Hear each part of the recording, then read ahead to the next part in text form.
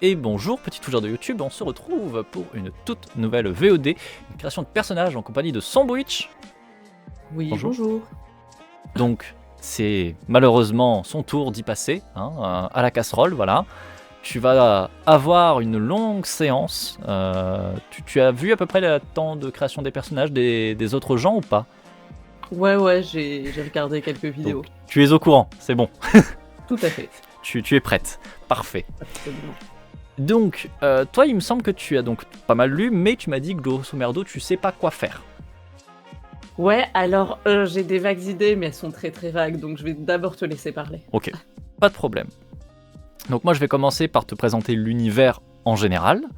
Je vais te donner d'abord une grosse plâtrée de lore, vraiment plein de choses que même ton personnage ne saura pas forcément, mais que toi, en tant que joueuse, tu as, on va dire, besoin de savoir pour comprendre la cohérence de cet univers. Ça fera beaucoup d'informations, si tu retiens pas tout, c'est pas forcément si grave que ça. En soi, si tu veux noter des choses ou quoi, tu hésites pas, bien au contraire, c'est fait pour. Dans tous les cas, comme tu l'as remarqué, nous sommes enregistrés, donc tu auras tout à disposition sur YouTube relativement rapidement si jamais tu as besoin de repasser dessus. Dans une deuxième phase, je vais commencer sur plus particulièrement ce que ton personnage lui sait, vraiment, dans quelle situation il est placé, qu'est-ce qu'il a comme connaissance de l'environnement dans lequel il est, etc. Et enfin, dans une troisième phase, on ira dans le vif du sujet, puisque tu me diras un peu plus si tu as réussi à déterminer ce que tu veux faire, où est-ce que tu mets tes points, etc. Est-ce que ça te va ou pas? Tout à fait. Parfait. Alors, l'univers d'Oltré, c'est un univers très ancien, il se passe plein de choses, il s'est passé plein de choses. En gros, on sait qu'à une époque très lointaine, il y avait un empire, on l'appelait juste l'empire avec un E majuscule, il était sur toute la surface du globe, ou de la planète, ou de l'univers à plan étendu fixe, on ne sait pas quelle forme a la planète. D'ailleurs ça c'est vrai que c'est un élément que j'ai pas forcément trop discuté avec les autres joueurs, mais en fait rien ne dit que c'est une planète où on est. Faut pas l'oublier. Potentiellement, c'est peut-être un plan fixe dans toutes les directions. C'est peut-être un monde plat dans toutes les directions à l'infini. Possiblement.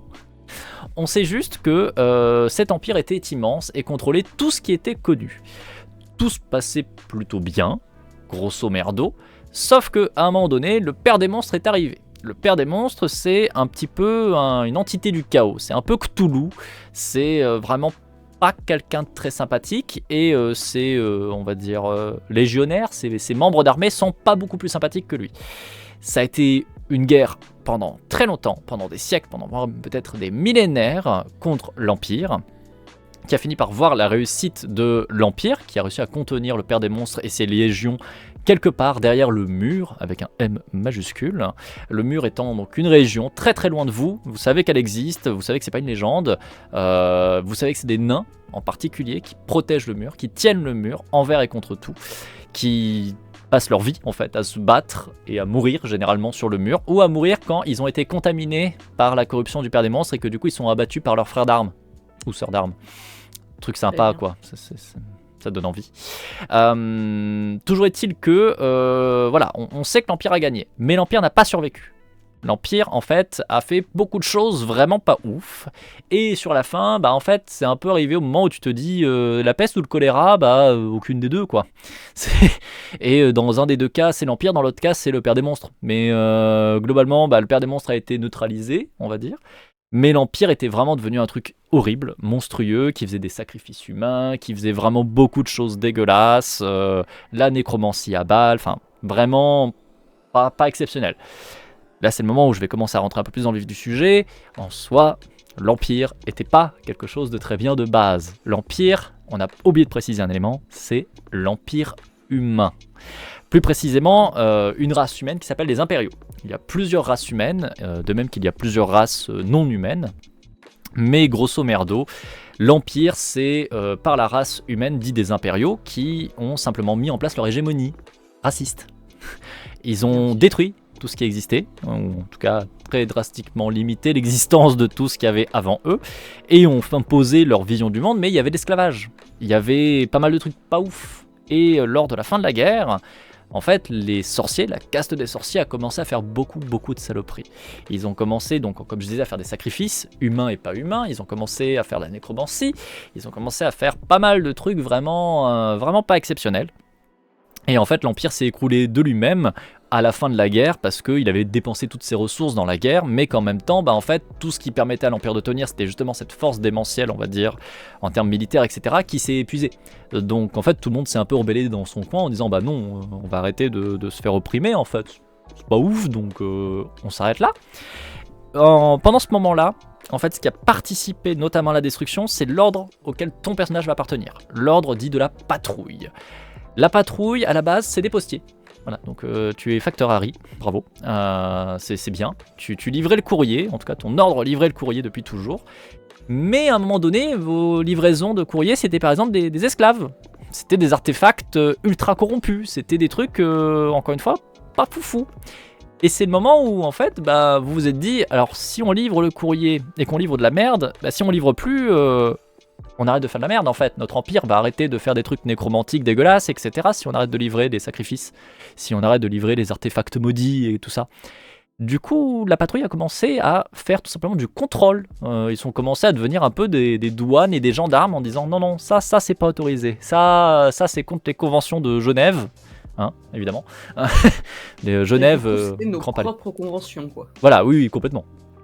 Genève, grande ville impériale bien sûr, très connue, très très loin, perdue dans des montagnes sûrement.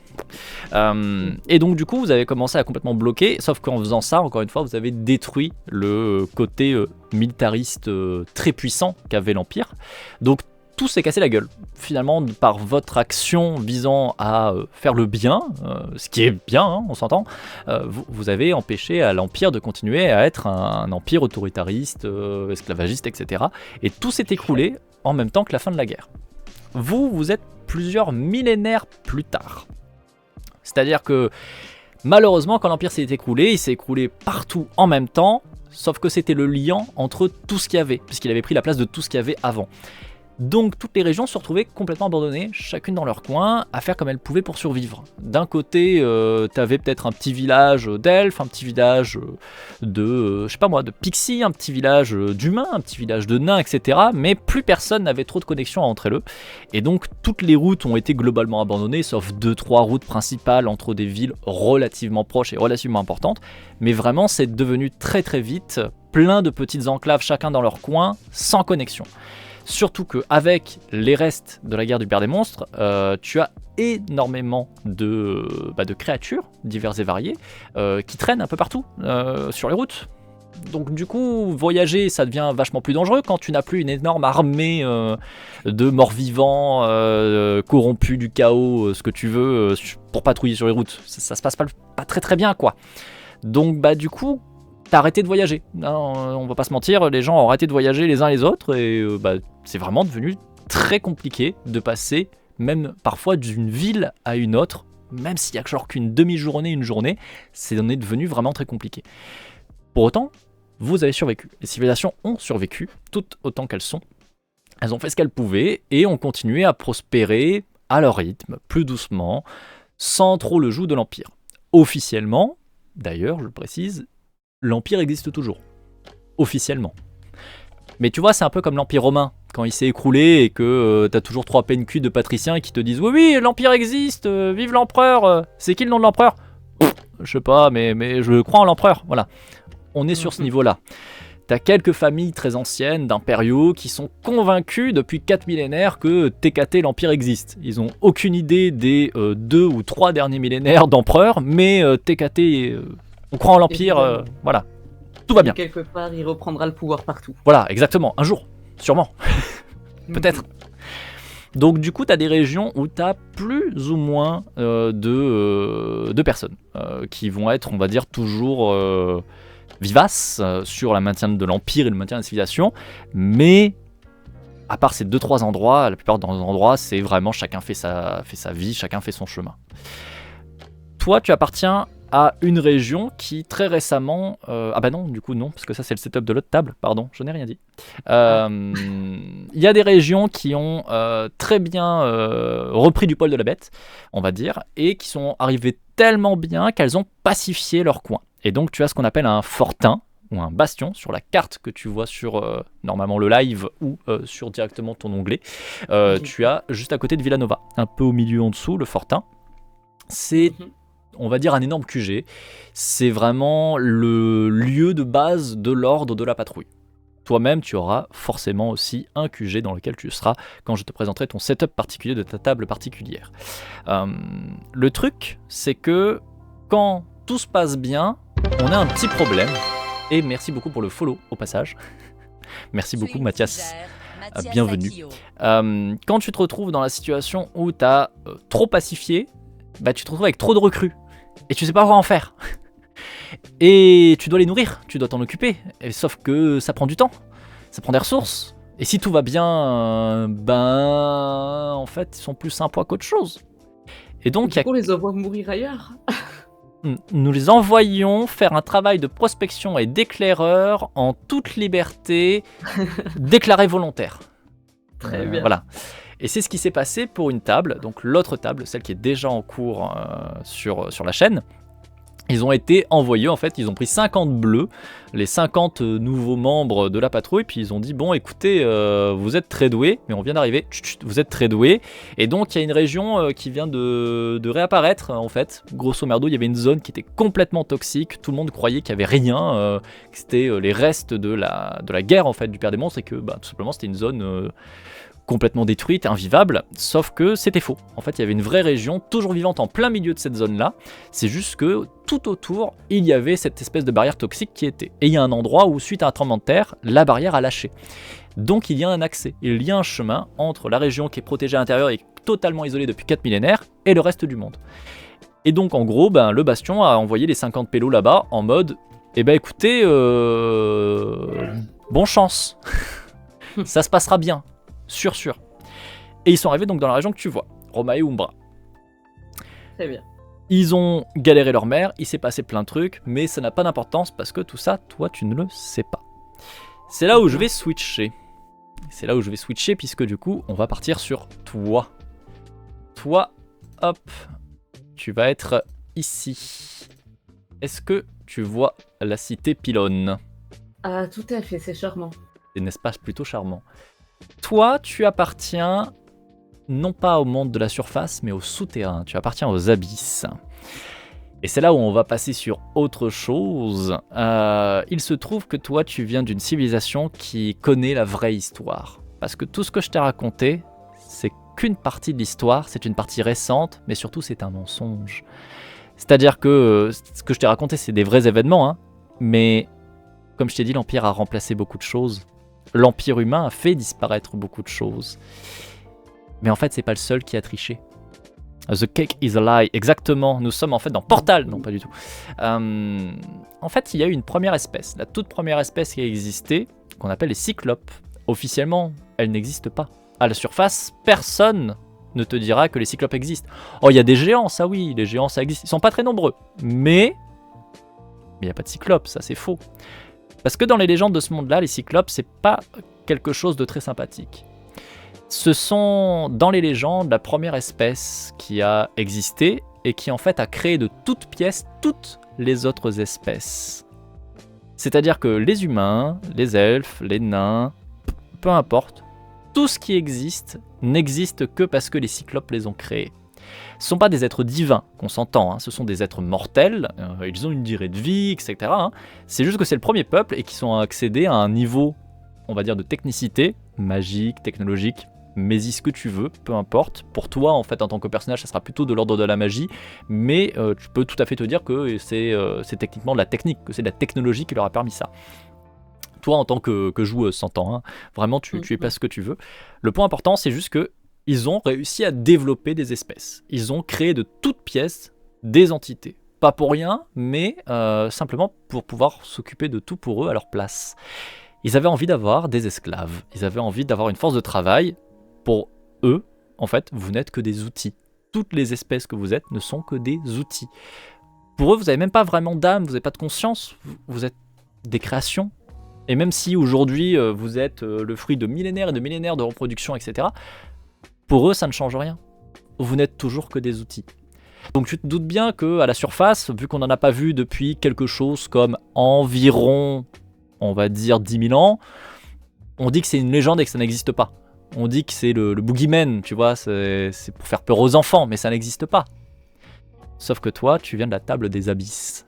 Toi, tu grandis dans cette cité que tu vois en fond. Tu as grandi dans la cité du pylône. Alors pour l'instant, elle n'a pas de nom. Ça sera à vous en tant que table de me donner un nom. Mais ça, vous verrez une fois que chacun et chacune aura fait sa petite fiche personnage. Mais du coup, toi tu grandis en tant que personne qui connaît les cyclopes, qui sert les cyclopes. En fait, à quelques grottes de là, parce que donc tout le système des abysses, en fait, c'est des immenses grottes qui sont toutes communicantes dans les profondeurs. Si tu connais un petit peu l'univers de Donjons et Dragons Forgotten Realms, c'est complètement l'outre-terre. Mais je sais pas si tu connais.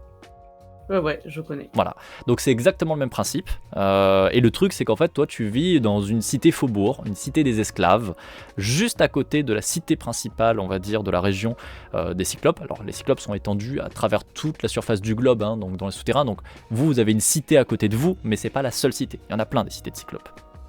Le truc, c'est que vous êtes en fait les esclaves qui n'ont pas le droit de vivre dans la ville des Cyclopes. Puisqu'encore une fois, je vous rappelle, vous êtes des outils.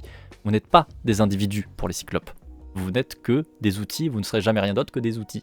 Donc vous avez dû vous installer comme vous le pouviez vous-même ailleurs et survivre malgré les dangers du monde des abysses. C'est-à-dire qu'il y a plein de créatures, il y a plein de dangers dans les abysses. Il n'y a pas que les cyclopes qui sont un danger phénoménal, parce que tu te doutes que les cyclopes sont pas tes amis.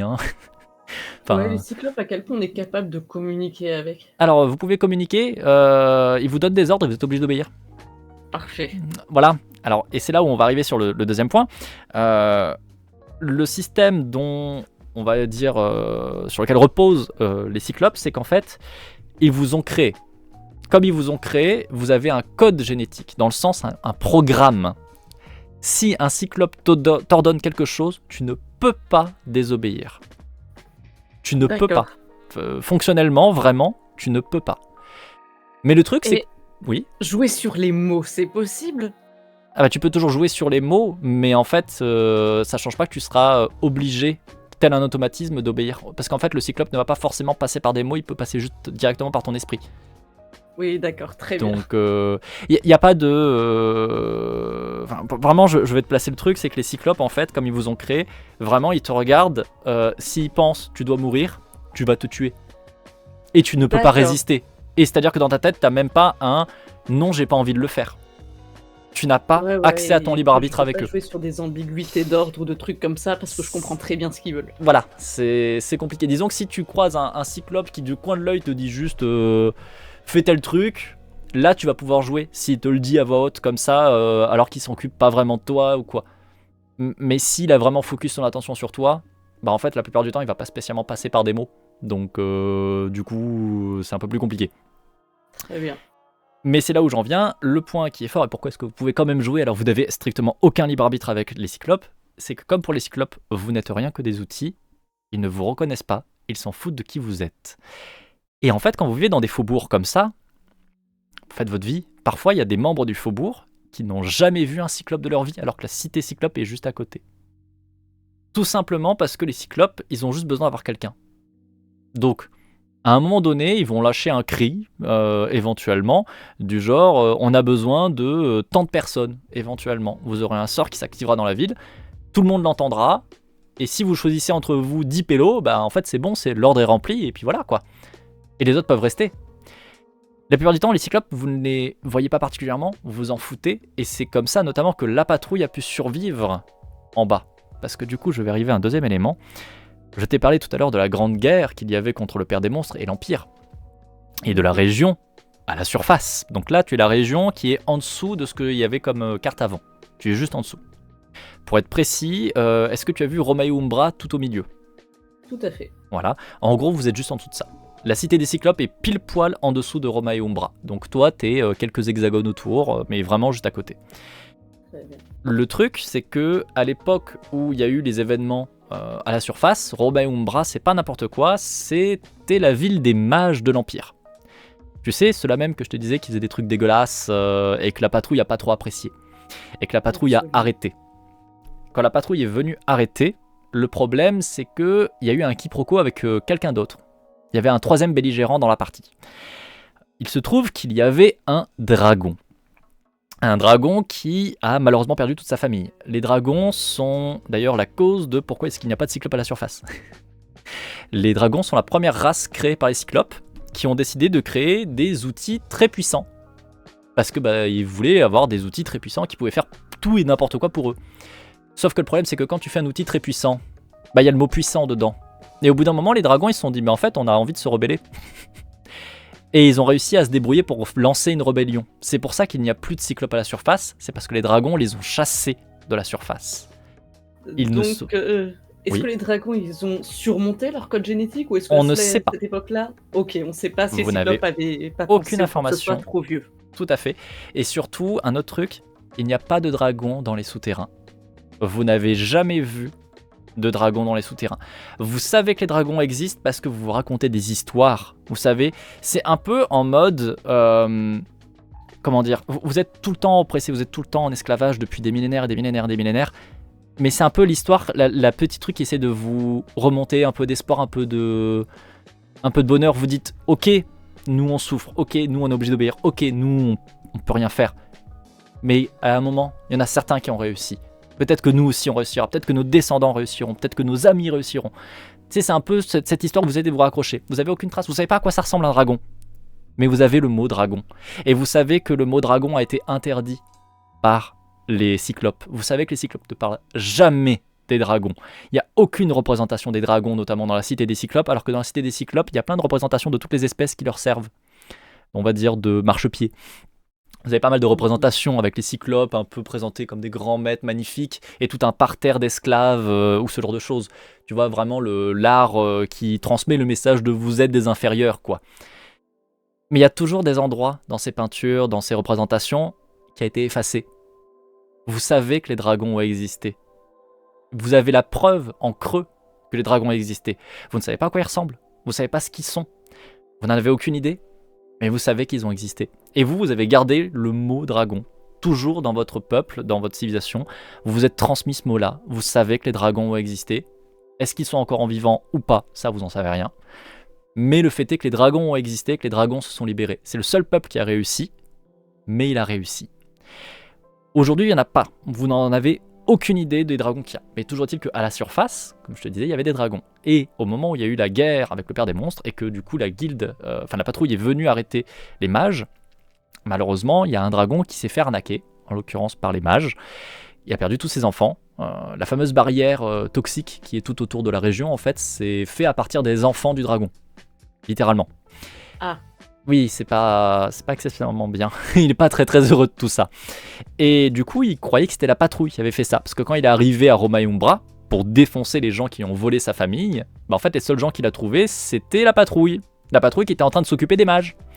Sauf que du coup, le dragon a pas compris, il y a eu un malentendu, et il a attaqué tous les gens à vue, puisque pour lui, il savait que la source du complot qui a enlevé ses enfants était ici à Roma-Umbra. Donc il a vu des gens en armes, il a attaqué. En gros.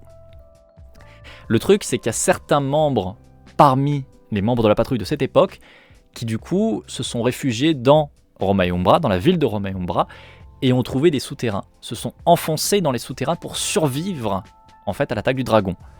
Toi, tu es un descendant ou une descendante de ces mecs-là. Donc ça fait 4000 ans que la patrouille existe dans les souterrains. La patrouille n'a jamais existé dans les souterrains avant ça. La patrouille n'a jamais existé ailleurs que là, dans cette cité ici. Comprends bien que la patrouille ne peut exister qu'à la surface et n'a existé qu'à la surface avant vous. Ok ? Ouais. Votre ordre est un ordre ancien, donc à la base qui sert à faire tout ce qui est la poste, etc. Sauf que ça fait 4000 ans que vous vivez en état d'esclavage avec tout plein d'autres gens, avec des créatures mythologiques qui du coup finalement existent, qui ont bel et bien des pouvoirs démentiels par rapport à vous et qui peuvent contrôler votre volonté, donc pas ouf sur 20. Et du coup, aujourd'hui, 4 millénaires plus tard, votre patrouille, elle a un peu oublié ce qu'elle fait. C'est-à-dire qu'aujourd'hui, en fait, vous avez dans cette ville-là un endroit, mais pareil, vous me décrirez en tant que table, quand tout le monde sera là, à quoi ça correspond exactement. Vous avez un repère, vous avez un QG de la patrouille, un fortin, mais c'est-à-dire qu'en fait, vous avez oublié la moitié des choses. Vous faites des choses un petit peu par coutume, etc., mais vous n'êtes pas trop convaincu de ce que vous faites, ou alors vous êtes très convaincu, mais c'est pas trop du tout ce que la patrouille est censée faire. C'est-à-dire que sur le principe, vous êtes censé livrer du courrier, mais dans ce monde-là souterrain, ça n'a pas de sens. Parce qu'il n'y a pas de courrier à livrer en fait. Enfin, vous vivez tous ensemble et vous vous entraidez comme vous le pouvez, en même temps que vous obéissez et que vous servez les cyclopes. Donc en fait, par exemple le matin, vous allez à la salle commune.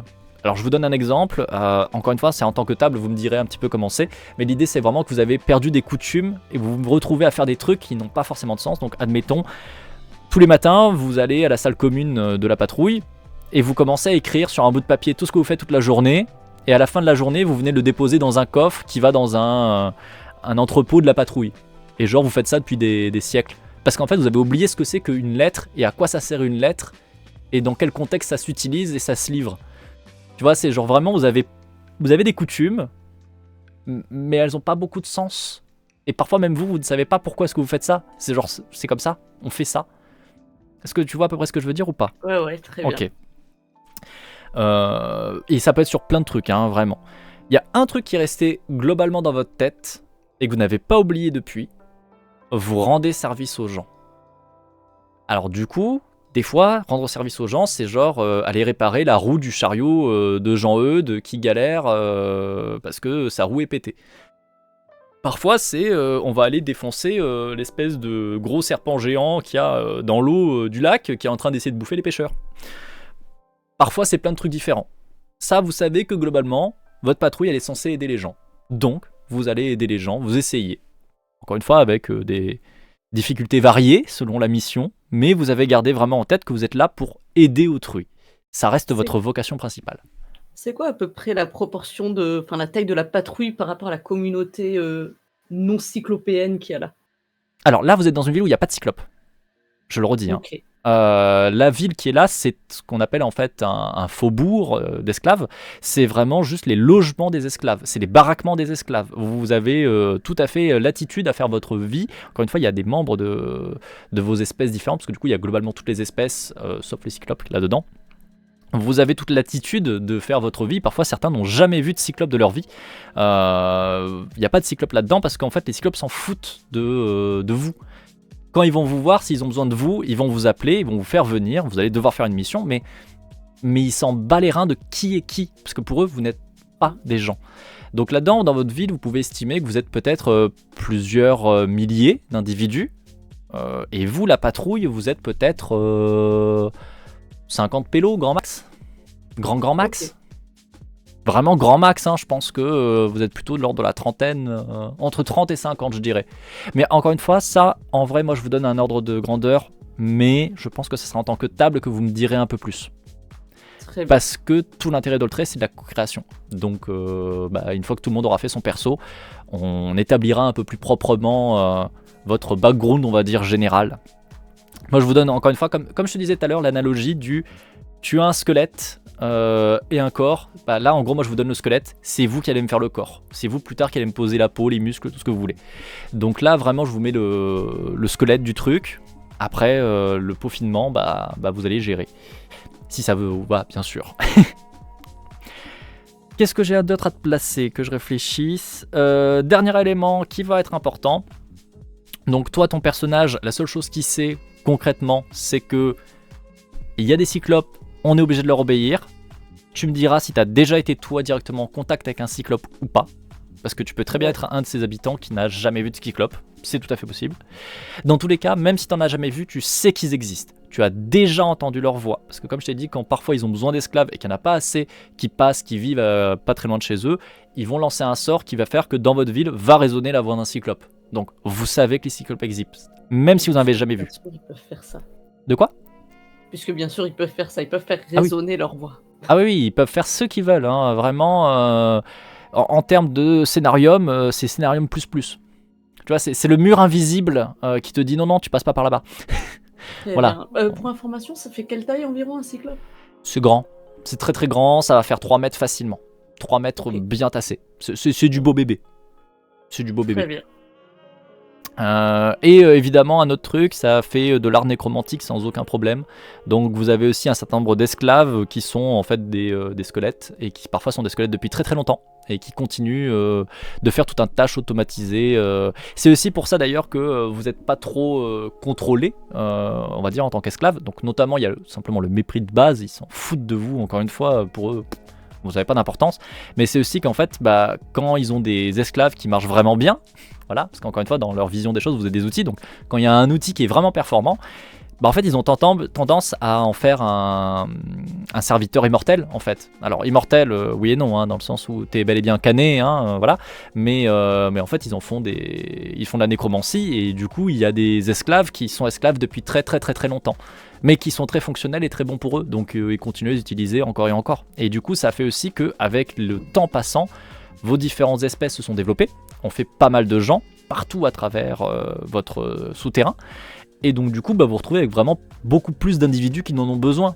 Mais encore une fois, comme pour eux vous n'avez pas d'importance, ils vont pas spécialement vous contrôler en termes de reproduction ou quoi que ce soit, ils s'en moquent en fait.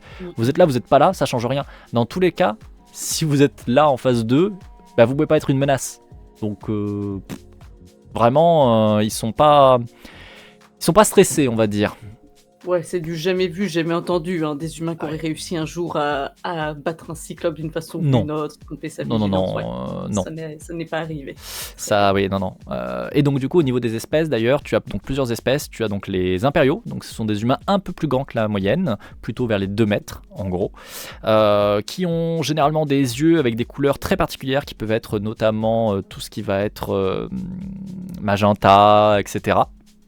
Ils peuvent avoir des peaux un peu plus couleur aussi cuivrées, un peu plus minéraux. Tu vas avoir les cavaliers qui sont un peu, les cavaliers qui sont un peu plutôt type mongol, un peuple qui est très axé sur tout ce qui est l'élevage, etc. Un peu plus petit en général, mais encore que. Tu vas voir les Nordiques. Les Nordiques, c'est un peu plus des peuples, tu vois, un peu les Vikings, dans l'archétype des Vikings, c'est un peu l'idée. Ouais. Un peu plus frustre, qui vit dans des environnements plus froids généralement, parce que pareil, hein, les grottes, il y en a plein, mais il y a des climats différents, bien évidemment. Ils sont très bons en tant que gladiateurs dans les arènes des cyclopes. Ils apprécient de voir des gens se massacrer, évidemment.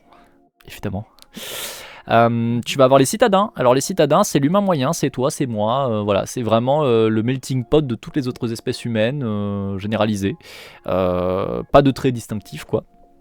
Tu vas avoir ensuite les elfes. Les elfes, tu vas avoir les Cids, qui sont en gros des elfes noirs, on va dire ça comme ça, très blancs, très très pâles de peau, des cheveux plutôt argentés et qui boivent du sang ou font des trucs discutables en termes de comportement, on va dire. Voilà, c'est pas des gens forcément si sympathiques que ça.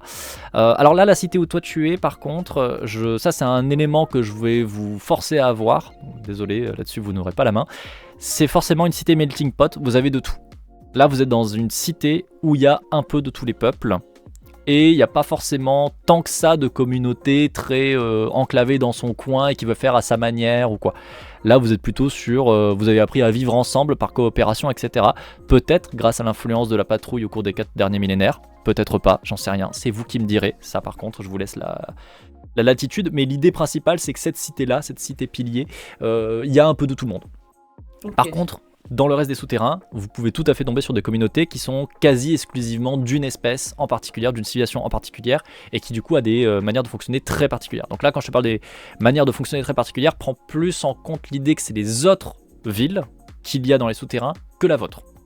Ok, et niveau proportion, c'est à peu près équilibré ou il y a quand même des grosses majorités là où on est? Là où vous êtes dans la cité pilier, non, c'est kiff-kiff.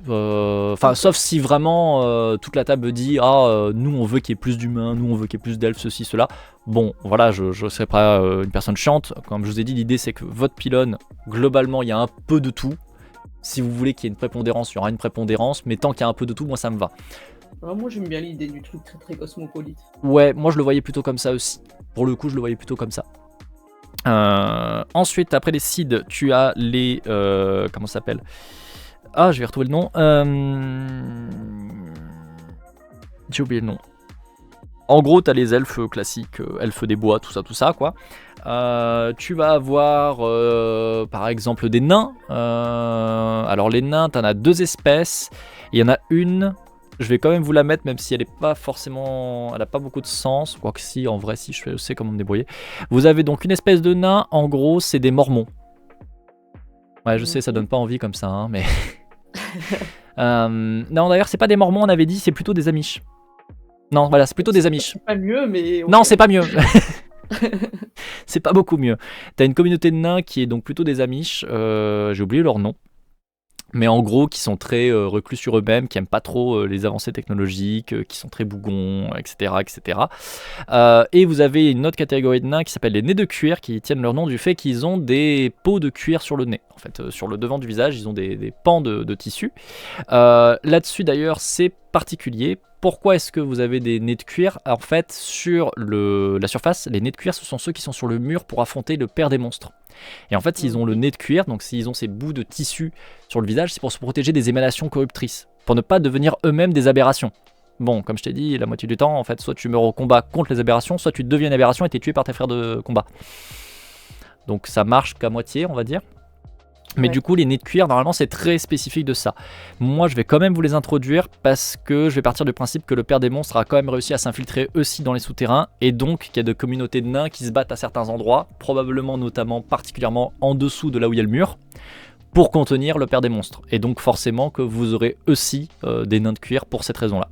Parce qu'à un endroit, vous avez des foyers d'éruptions chaotiques dégueulasses du père des monstres. Donc ça me semble cohérent, mine de rien, vu l'entité que c'est pas déconnant. Ensuite, qu'est-ce que vous avez d'autre? Grosso merdo, c'est ça. Après, en soi, toutes les espèces sont un peu possibles, imaginables. Il y a plein d'espèces. Ça, c'est les espèces jouables, on va dire, de base dans l'univers. Mais si t'es chaud patate, par exemple, pour faire une pixie, on peut s'arranger. Si tu veux faire une dryade, on peut s'arranger, etc., etc. Moi, je vais pas vous bloquer en vous disant non, je veux pas que tu joues ça ou ça. Enfin, il y a très peu de raisons. À moins que tu me dises j'ai envie de jouer une cyclope ou un dragon. Ouais, ça, j'imagine. Voilà. Cyclope et dragon, on va dire non. Voilà, les deux espèces où clairement je dis ces espèces-là sont en scénarium. Non, effectivement. Mais après, vraiment, même sur le principe, mais ça sera un truc particulier, je pourrais vous autoriser des morts vivants. Mais pour le coup des morts vivants, il y a une mécanique en jeu qui permet de le faire. Donc en fait, je te demanderais quand même de me définir une espèce, même si tu sais déjà que tu veux faire un mort vivant, par exemple. Ok, alors je le dis direct, mort vivant, ça m'attire de ouf. Donc Mais on peut s'arranger. Pas de problème, on peut s'arranger. Voilà. Mais du coup, ça sera pas un trait d'espèce en fait. T'as pas une espèce mort vivante. Évidemment, faut trouver voilà. quelle espèce est mort vivante. Tout Mais à fait. voilà, de manière générale, je suis très très séduit par tout ce qui est mort vivant en jeu de rôle. J'aime bien Nils qui n'aime pas du tout les dryades. On voit que Nils vraiment a un gros problème de racisme envers les dryades. Donc Nils nous dit bien sûr qu'il faut éliminer toutes les dryades à vue. C'est ça, hein? Oui, je lis ça depuis tout à l'heure. Ouais. Ça m'étonne de sa part, mais ok. Pour finir sur ce que je disais, le dernier élément qui va être important et que ton personnage connaît, il y a du changement ces derniers temps, et c'est pour ça aussi que les éléments, on va dire, vont pousser une table à apparaître. Vous avez donc une cité constituée de cyclopes, comme je te l'ai dit, très très très proche de chez vous.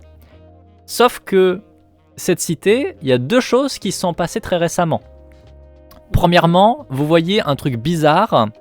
Vous savez ce que c'est que la lumière, il n'y a pas de problème, hein. Vous avez des bougies, vous avez de quoi faire de la lumière, des torches, etc. Vous avez des cristaux qui font de la lumière naturellement, bref, vous savez ce que c'est que la lumière. Par contre, bien évidemment, sur un monde souterrain comme ça, le soleil, tu sais pas ce que c'est. Ouais. Voilà. Il y a quelques semaines, au-dessus de la cité des Cyclopes, est apparu un truc très bizarre, on dirait qu'il y a un trou dans le toit. Parce que pour vous, qu'on soit d'accord, le toit, enfin le plafond, c'est normal. C'est le toit du monde, quoi. Voilà, c'est le toit du monde. Il y a un trou dans le toit. C'est pas normal. Ouais. C'est pas normal du tout. C'est très flippant. Au-delà de ça, il y a des moments, vous avez des cycles de temps. Pareil, ça, je vous laisserai gérer exactement comment vous voulez définir le truc. Mais certains cycles de temps, ça alterne entre beaucoup de lumière, d'une grosse boule lumineuse très très haut au-dessus de la cité, donc, et de ce trou, et pas de lumière. Pas de lumière étant évidemment normal. Mais il y a des moments où il y a de la grosse lumière. C'est bizarre. Par une grosse boule lumineuse tout en haut au-dessus du trou. C'est bizarre de ouf. C'est pas normal. Mais clairement, il y a un rituel qui se prépare et quelque chose est en train de se préparer à brûler le monde. Peut-être, vous ne savez pas. Deuxième chose, au moment où ça s'est apparu, et c'est pour ça aussi que vous avez pu aller globalement vous balader dans la cité des cyclopes et voir tout ça, il y a eu comme de l'énergie qui est tombée du plafond. Et il y a beaucoup moins de cyclopes qu'avant. C'est-à-dire que, en fait, sur 10 cyclopes, il y en a 9 qui sont morts brûlés. C'est tragique. C'est tragique, n'est-ce pas? Alors moi je te donne l'élément pour que tu saches exactement quoi te représenter. En gros, il y a eu une tempête d'éclairs. Mais quand je dis une tempête d'éclairs, t'imagines que sur 1 m², tu as la moitié du mètre carré qui est recouvert d'éclairs. Ça fait mal. C'est efficace pour éliminer des choses, pour le coup. Mais du coup, ça a touché les cyclopes. À quel point ça a touché les non-cyclopes? Ah bah, tous les esclaves qu'il y avait là ont globalement disparu, hein, même ratio, voire même pire. Globalement, ceux qui ont survécu, c'est ceux qui n'étaient pas, on va dire, visibles du trou. Ceux qui étaient genre dans des souterrains de palais, dans des souterrains, dans des caves, etc. Ou ceux qui n'étaient pas dans la ville. Le trou, il fait quelle taille à peu près? Grand. Très bien. Grand, alors pour que tu aies l'ordre de mesure, 8 km par 8 km. Ok. Oui, c'est un gros trou. Ouais, très très gros. Sachant qu'en termes de profondeur, globalement, vous êtes à quelque chose comme peut-être une bonne dizaine de kilomètres de profondeur. Ouais, bah. Très même profond. À cette distance-là, c'est absolument immense. Ah oui, bien sûr. Non, mais voilà, c'est un gros trou. Mais ce que je veux dire, par contre, c'est que vous n'avez pas moyen de remonter. Oui, par le trou. D'accord. Oui, bien sûr. Voilà. Bien sûr. Mais oui, Nils, tu sais ce qui s'est passé exactement. Pour la petite info méta, du coup, c'est mon personnage qui a fait ça. Évidemment. Voilà, en fait, parce qu'à la base, cette table-là, cet univers-là, c'est un univers que j'ai co-créé, mais à partir d'une campagne dans laquelle j'étais joueuse. Et mon personnage est devenu une liche nécromantique très forte, on va dire. Aujourd'hui, je suis en scénarium. D'ailleurs, maintenant, mon ancien personnage est devenu complètement un personnage de type scénarium plus, qui me sert à faire avancer certains trucs. Mais en gros, à un moment donné, on a demandé à mon personnage d'éliminer une menace de mort-vivant qui foutait du zbeul, là où il y avait Roma et Umbra. Donc, mon personnage a cast une tempête d'éclairs pendant une semaine. La fameuse tempête d'éclairs, du coup, qui a fait un trou. Voilà. Okay. Mais il n'y a plus de morts-vivants. Ah oui, il n'y a plus grand chose. Ah non, il n'y a plus grand chose, non. La surface a été vitrifiée, ça a été efficace. Ça a été plutôt efficace. Ceci dit, maintenant, ils ont des petits problèmes de cyclopes morts-vivants, mais ça, c'est autre chose. Bref. Un détail, ça. Non, mais c'est un détail, c'est un détail. Vous, donc, toujours est-il que dans votre profondeur, donc, c'est déjà un élément assez marquant. Hein. Ça, c'est la première étape qui s'est passée, c'est qu'il y a donc ces deux éléments-là qui ont apparu au niveau de la cité. C'est un petit peu surprenant. Un petit peu surprenant. Le deuxième élément, un petit peu gênant qu'il y a eu, c'est que vous avez du coup les cyclopes survivants qui représentaient quand même beaucoup de gens, hein, parce que même si c'était globalement un cyclope sur 10 qui a survécu, c'est gros les cités cyclopes. Hein, ils sont en ordre de millions, les cyclopes. Donc ça fait encore beaucoup de gens. Ces cyclopes apparemment ont voulu précipiter autre chose. Et ont voulu apparemment précipiter quelque chose vers la surface. Et ils sont partis, donc par rapport à vous, on va dire plutôt au sud, vers une espèce de zone. Alors vous savez qu'elle existe. Y a des légendes qui disent que quelque part au sud, il y a une voie d'accès vers autre chose, vers au-dessus du plafond. Pour vous, vous savez pas ce que c'est au-dessus du plafond. La surface n'a pas de sens, n'existe pas pour vous. Vous savez juste que quelque part au sud, il y a un accès vers au-dessus du plafond, même si vous ne savez pas à quoi ça correspond. Et donc, l'extérieur de l'univers, quoi. Voilà, l'extérieur de l'univers. Limitement, franchement, vos personnages peuvent se dire ça, peuvent vraiment se dire, mais c'est un accès vers ce qui n'existe pas. Ça peut être un accès vers le néant ou je ne sais quoi, si le néant existe pour vous. Vraiment, pour vous, c'est juste, il y a un truc là-bas qui permet de sortir des souterrains, mais le monde, c'est les souterrains, donc. Bah en soi, ouais, effectivement, ça peut être sortir de l'univers, quoi. Toujours est-il qu'ils sont partis vers cette direction-là. Beaucoup de cyclopes sont partis dans cette direction-là. Pourra donc apparemment précipiter quelque chose qui était en cours de préparation depuis très longtemps. Le truc, c'est que, encore une fois, il s'est passé des événements compliqués. Vous avez des éclaireurs, probablement, qui ont essayé de suivre un petit peu ce qui se passait de loin, ou peut-être des esclaves qui ont réussi à s'échapper après les événements que je vais te raconter, qui en fait ont rapporté que tout simplement les cyclopes sont arrivés donc dans cette sortie qui permettait de monter, d'aller au-dessus du plafond, et il y a eu assez étonnamment une grosse lumière encore, décidément, pas du tout la même lumière que celle que vous avez au-dessus de la cité des cyclopes par contre, parce que c'est une lumière qui est venue s'enfoncer dans la terre, dans vos abysses. et en fait en descendant dans vos abysses a éliminé beaucoup de cyclopes encore et fait un éboulement phénoménal. Donc vous avez quelque part au sud une grotte qui s'est écrouée complètement, donc il n'y a plus la sortie vers le plafond, vers le dessus du plafond, mais surtout il y a apparemment depuis un être humanoïde qui balade en faisant de la lumière dans les souterrains, un être humanoïde apparemment constitué de pierre, mais qui brille. Bien sûr. Et ça qui tue les cyclopes. Et ouais, ça tue les cyclopes à vue apparemment ce truc là. Ça a l'air gentil. Bah apparemment ça vous a jamais attaqué vous, et si vous avez des esclaves qui ont réussi à échapper du coup le corps expéditionnaire des cyclopes sans prendre de baffe, c'est qu'apparemment ça doit pas particulièrement cibler les esclaves. Alors qu'a priori ça cible les cyclopes. Dieu, hein. Par exemple. C'est ça, encore une fois, je vous laisse totalement libre cours là-dessus. Vous ferez ce que vous voulez. Je pense que globalement je t'ai présenté un peu tout. Je réfléchis, est-ce qu'il y a un élément que j'aurais oublié qui serait pertinent ? Je crois pas. Je crois qu'on est bon. Est-ce que tu as des questions ? Je pense pas, c'était clair. Je suis allé assez en speed, j'avoue. Par rapport à d'autres parties, je pense que j'ai été plus rapide sur celle-là de présentation. Donc grosso merdo, on peut partir sur la création de ton personnage en tant que tel. Ouais. Alors par contre, j'ai toujours pas d'idée. Est-ce que tu as quelques idées parmi d'autres ou c'est vraiment zéro idée ?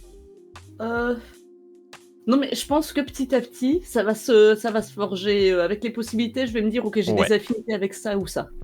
Alors, si on ouvre la fiche de personnage, du coup tu vas télécharger de ton côté pour pouvoir la modifier, etc. Alors, je m'en occupe. Parce que là, après, la fiche que moi je vous ai mis, c'est une fiche qui est pour tout le monde, et donc du coup vous pouvez pas modifier directement. C'est pas possible dans Roll 20, de ce que je sais. D'ailleurs, c'est Let's Roll, pas le Roll 20. Oh, j'ai un chat derrière moi, attends, je vais attraper un chat. Oui, je comprends, il y a des priorités. Oh là là. Mon les chats. J'ai attrapé un chat. Un chat qui dormait, qui est un peu dégoûté que je l'ai attrapé du coup. Ça va ma grande ? Oh, ça c'est le réveil là. Vous le voyez à sa tête, elle est en mode mais je dormais bien. C'est pas ma grande ? Oh. Moi je te mangerai toute crue toi. Moi je te mangerai toute crue. Alors, comment ça se télécharge la fiche ? Normalement, en haut à droite, quand tu l'as ouvert. Ouais. Je sais pas si tu vois sur mon écran. Ouais. Alors, moi quand je l'ouvre, ça me fait un fichier qui ressemble pas exactement à ça. Je vais voir si je peux l'afficher différemment. Alors après, au pire, je peux te la partager ailleurs. Hein. Pop. Où est la conversation Discord ? La table sérieuse. Ma fenêtre ne ressemble pas à ça. Non, mais je vais te l'envoyer directement le fichier, ça sera plus simple. Je vais te l'envoyer dans la conversation du coup de JDR. Pour le coup. JDR. Attends, je crois que j'ai peut-être réussi. Ah. On va voir, j'appelle ça fiche perso.pdf. Je vérifie si c'est apparu sur mon bureau. Fiche perso.pdf est là. Ça sent bon. Un PDF, il va falloir que je l'ouvre sur Photoshop. Allez, ça se fait. Is ok, du coup ? Il est complètement ok. Parfait. Alors, puisque pour l'instant on ne sait pas les espèces, est-ce que tu sais au moins le nom ? Ah, ça c'est la dernière chose que je saurais. D'accord, pas de problème. Bon, alors la première chose que tu vas devoir choisir, c'est la motivation. La motivation, en gros, c'est qu'est-ce qui va être moteur sur ton personnage. Tu as archéologue, bâtisseur, chasseur de trésors, chroniqueur, conquérant, maraudeur, mystique, tueur de monstres. Ça veut pas dire que tu es restreinte. En soi, ça veut juste dire que ta motivation principale, ce qui va faire que ton personnage fait des choses dans la vie, c'est cette motivation. Si tu prends archéologue, c'est l'envie de découvrir le passé, découvrir l'histoire avec un grand H. Si tu es sur du bâtisseur, c'est le fait de construire des choses, mais pas forcément en tant que bonjour Jean-Michel Masson, je fais des murs. Ça peut être par exemple construire des relations. Ce serait par exemple construire des relations diplomatiques entre communautés. Ça peut être bâtisseur ça. Chasseur de trésors, c'est que tu veux trouver des trésors, tu as envie de trouver des choses qui ont de la valeur, tu as envie d'accumuler des choses qui ont de la valeur, des trophées, etc. Chroniqueur, c'est que, un peu comme archéologue, tu veux voir la grande histoire, tu veux la connaître, mais pas celle d'avant. Tu veux connaître la grande histoire de maintenant. Tu veux être là pour être la personne qui note ce qui se passe actuellement et qui est en train d'être l'histoire avec un grand H. Conquérant, tu penses que tu as raison et qu'il faut que tout le monde voit que tu as raison. La classe de Voilà. droite. Ouais, conquérant, c'est Jean-Michel autoritariste. Tu veux mettre en avant ton peuple, ton groupe. Tu veux qu'il soit le groupe qui va gérer, etc. Enfin, vraiment, en Moi, même je temps, me ça porte bien rappelle, son nom. Abraham Chirac. Voilà, Abraham Chirac, typiquement, on est sur un conquérant. Maraudeur, c'est que tu balades un peu, en fait. Tu tiens à rester globalement dans le fait de balader, d'être libre, etc. Mystique, c'est un peu comme archéologue, mais plutôt axé sur la magie. Tu veux découvrir les secrets de la magie, les secrets des nœuds telluriques, de tout ce qui est, on va dire, globalement mystique, hein, tout simplement. Et tueur de monstres, tu as envie de te mesurer à des choses qui sont très vénères. Tu as envie de, un peu comme chasseur de trésors, tu as envie d'avoir des trophées, mais des trophées de créatures. Tu as envie de pouvoir afficher la tête de ce minotaure que tu as éliminé à tel endroit, au-dessus de ta cheminée, etc., etc. Ok. Est-ce qu'on a déjà des gens là qu'on commence à choisir, qu'on commence à te témoigner des envies? On a une personne qui a choisi, Glitch en l'occurrence, qui joue le personnage de Lapis Lazuli. Lapis Lazuli qui est je ne sais plus quoi. Voilà, j'avoue que je ne sais plus. Je ne sais plus ce qu'est Glitch, et je sais que Glitch actuellement est en rendez-vous pro, donc je sais que Glitch n'est pas disponible pour me filer l'info, donc je suis désolé, je sais pas. Ok, bon pour l'instant moi ce qui m'attire le plus là comme ça à chaud, ce serait chroniqueur, archéologue ou mystique. Ok.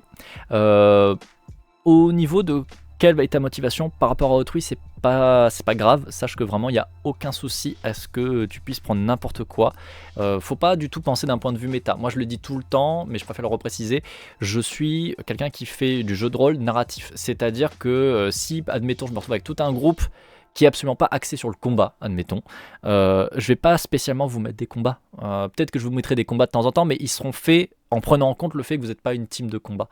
Le but du jeu, c'est qu'on fasse une belle histoire ensemble, qu'on fasse une bonne histoire ensemble, et donc du coup, faut vraiment pas se dire ah bah tiens, il faut essayer d'optimiser l'équipe ou quoi que ce soit.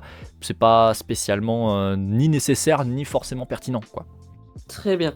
Donc la complémentarité, on oublie ça pour l'optimisation, Voilà. mais par contre ça peut être intéressant pour faire des points de vue divergents qui font des conversations Tout à et fait. des dilemmes intéressants. Tout à fait. Tout à fait, tout à fait. Pour l'instant, est-ce que tu veux choisir ou tu veux garder ces trois-là de tête de côté? Est-ce que tu veux éventuellement la demande, on va dire, du chat? Alors moi ce qui m'intéresse le plus étroit c'est chroniqueur. Ouais. Et franchement, je partirais bien sur ça. Et si jamais à un moment on se rend compte qu'il y a une incompatibilité, qu'avec quelqu'un ça fait chier, on pourra toujours changer, mais j'aime bien. Ça m'attire de raconter l'histoire de maintenant. Pas d'incompatibilité, encore une fois, ça ne posera pas problème.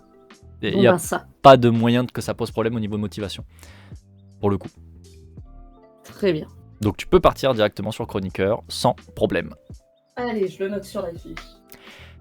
Ensuite, on va s'attaquer à l'initiation. L'initiation, donc tu as trois possibilités. Tu as pèlerin, adopté ou héritier. En gros, c'est depuis combien de temps tu es dans la patrouille. Pèlerin, en gros, tu es bien arrivé là depuis quelques semaines, quelques mois. Adopté, ça fait déjà quelques années, mais tu as pu vivre avant. Tu as pu faire par exemple toute ton adolescence, voire un début de vie avant de rejoindre la patrouille. Et héritier, tu as toujours été pour la patrouille, voire même tu es carrément quelqu'un qui dans ta famille a été destiné à rejoindre la patrouille. Ok. Ça se traduit en termes de stats. Comme tu le vois, il y a 3, 1, 6, 2, 4, 3, 4, 1 ou 5, 5, 2, 0. En fait, les vocations, en gros, c'est marqué en dessous, vocation, métier, exaltation, persécution. Vocation, en gros, c'est tes capacités pures en tant qu'individu. Toi, en tant que Jean-Michel, à quel point tu es fort sur le physique, à quel point tu es fort sur la réflexion, etc., etc. Donc, tu vois, soldat, voyageur, érudit. En gros, soldat, c'est tout ce qui est de l'ordre du physique, en gros. Érudit, c'est tout ce qui est de l'ordre du mental, en gros. Et voyageur, c'est tout ce qui est de l'ordre de la débrouillardise on va dire. Dextérité n'est pas forcément adapté, mais en gros, quand c'est pas soldat ou quand c'est pas érudit, c'est voyageur. Ok. Ça peut être de la survie comme ça, apprendre à te démerder à récupérer de la bouffe en pleine forêt, ça serait voyageur typiquement, tu vois. Ok. Si tu vas affronter sur un champ de bataille un Jambili, on va plutôt être sur du soldat. Si tu dois essayer de faire une formule magique ou de comprendre une énigme ou de traduire un texte, ça sera de l'érudit. Voilà, en gros, c'est ça l'idée. Donc en gros, pèlerin, c'est que t'as pas forcément beaucoup de stats particulières de toi-même, t'as pas été spécialement beaucoup entraîné, puisque du coup t'as fait ta vie un petit peu comme ça. Là où héritier, par contre, t'as surtout été entraîné, donc t'as des stats de base plutôt élevées, parce que t'as eu un entraînement. Par contre, tu vois que l'inverse, exaltation et persécution, les deux dernières, en fait, ce sont des cartes. Parce que tout le système d'Oltré, c'est que tu vas tirer des cartes. Tu vas tirer des dés, bien sûr, pour faire tes jets, mais tu vas avoir un système de cartes qui vont avoir des impacts. Les cartes d'exaltation, en gros, c'est des bonus. Ça te donne un bonus qui peut être très divers et varié. Ça peut être, par exemple, la prochaine fois que vous allez dans une communauté que vous ne connaissez pas, vous aurez forcément des relations positives parce que t'as bonne mine. Voilà, ça peut être ça. Mais ça peut être aussi, lors d'un combat, tu one-shot un ennemi. D'accord, voilà, une carte c'est un bonus à usage unique, quoi. Voilà, exactement. Les cartes persécution, ce sont des malus. C'est exactement l'inverse. Alors tu vas me dire, mais pourquoi est-ce que j'utiliserais un malus ? Parce que le seul moyen de récupérer des cartes d'exaltation, c'est d'utiliser une carte malus. Tu ne peux récupérer d'exaltation que en utilisant de la persécution. Et pareil, les cartes malus, ça peut être très dur. C'est-à-dire que moi, une carte malus qui m'a fait beaucoup de mal, quand j'étais joueuse, on a fait toute une campagne pour aller chercher un putain d'artefact magique. On a passé 2 séances à rentrer au fortin avec l'artefact magique qui m'avait maudit et qui m'avait laissé une blessure inguérissable, incurable. Et quand on est juste devant le fortin, j'ai mon coéquipier qui utilise une carte malus, donc une carte persécution, qui est on perd l'objet de la quête. Ah, d'accord. Voilà. Ça c'est typiquement une des cartes malus que tu peux avoir. Ça peut être, par exemple, moi je lui pisse au cul au duc. Voilà, ça c'est une carte qui fait beaucoup rire les gens en général. Cette carte-là fait que tu as forcément une très mauvaise interaction avec un représentant officiel. Donc la prochaine fois que tu rencontres un représentant officiel, peu importe qui c'est, tu auras une très mauvaise interaction avec lui. Tu peux avoir, par exemple, la carte qu'avait chopé une fois, c'était Apollyon, il avait chopé, moi je supporte pas les petites frappes. Ça en fait c'est que tu ne supportes pas l'injustice et tu es obligé de te lever contre l'injustice que tu vois. Il a déclenché une guerre civile comme ça. Bien sûr. Voilà. Donc les cartes malus peuvent être vraiment très diverses et variées, comme les cartes bonus, pour le coup.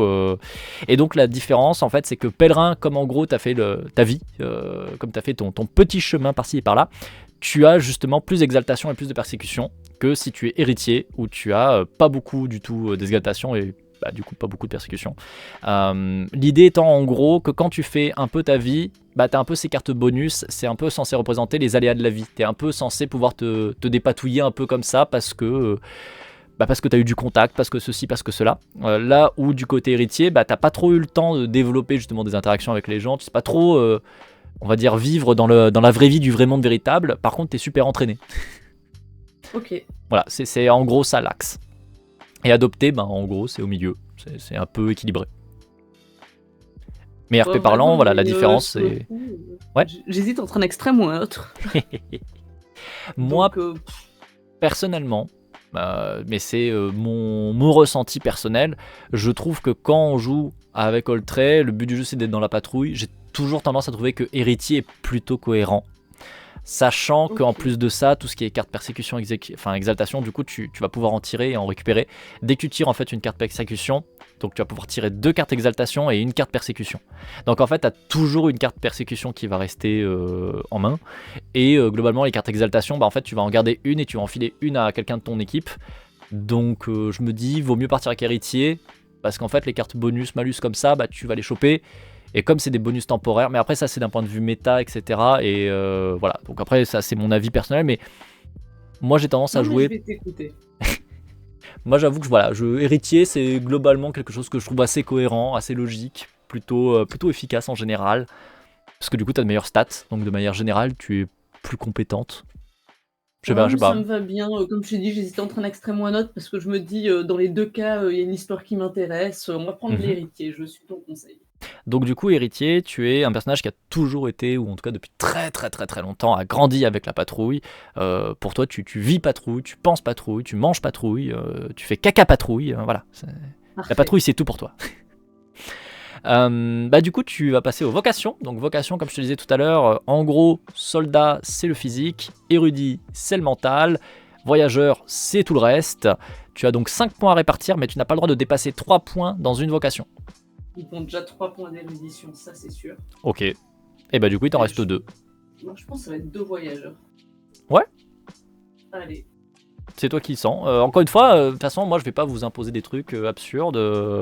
Enfin, si je vois votre table, par exemple, vous l'avez pas fait pour la baston, on n'ira pas baston, quoi. Non, mais je pense que quand on décide de faire de sa vie de la chronique, c'est pas pour taper les choses. Pas de problème. C'est pour les comprendre, c'est pour leur parler. Ça me semble bien. Du coup, tu as également 5 points de métier. Donc les métiers, c'est tout ce que tu as en dessous. Alors, il y a des choses que je ne t'autorise pas. Je te le préviens tout de suite. Aberrant n'est pas autorisé. Augure n'est pas autorisé. Marqué est un truc particulier, mais du coup on en a déjà parlé et tu vas mettre un point en marqué. Yep.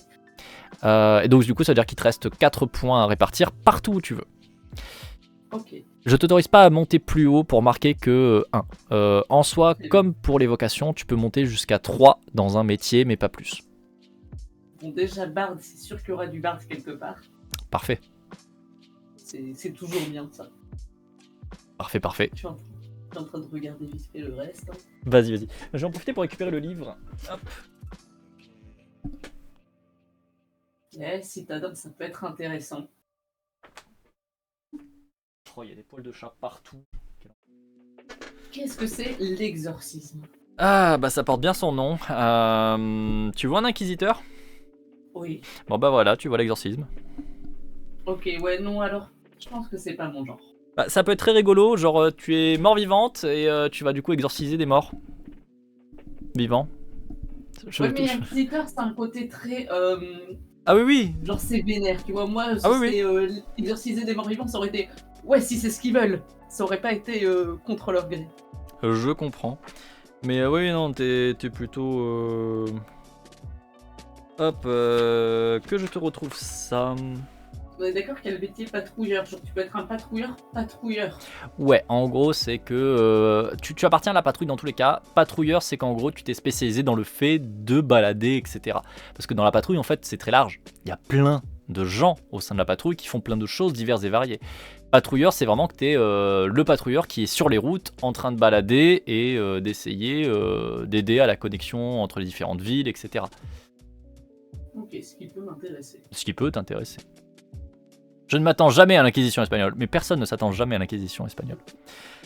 Du coup, juste pour information, donc exorciste, vous avez appris à contrôler, à repousser et à détruire les créatures magiques, morts-vivantes, esprits, fantômes, élémentaires, démons.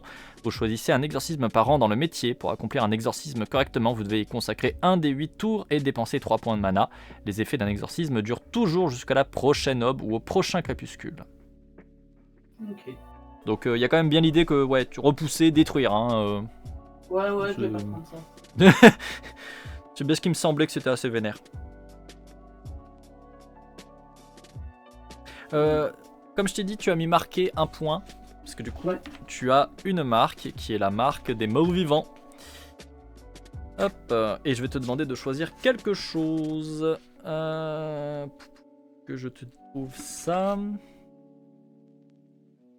Mort qui marche. Voilà, tu as la marque du mort qui marche. Vous êtes mort, c'est arrivé il y a peu durant une patrouille, à moins que cet état ne remonte à des époques reculées dont vous ne vous rappelez finalement rien. Vous ne vous en étiez jamais vraiment rendu compte, bien engoncé dans vos habitudes de vivant. Mais maintenant, vous le savez. Vous êtes mort et c'est un état qui est passablement définitif. Il est probable que vous finirez par lâcher prise, mais pour l'instant, votre fantôme hante le monde et la patrouille n'attend pas. Vous gagnez un point de déni chaque fois que vous mourrez ou que vous tombez à l'agonie, et si les dés sont avec vous, vous revenez encore une fois parmi les vivants. Ah oui, donc ça c'est une mécanique très particulière, comme tu es mort-vivant, toi quand tu tombes à 0 PV tu ne meurs pas. C'est pratique. Mais tu gagnes un point de déni. Le point de déni, ça arrive quand il se passe des événements particulièrement graves et que tout simplement tu refuses de prendre le malus.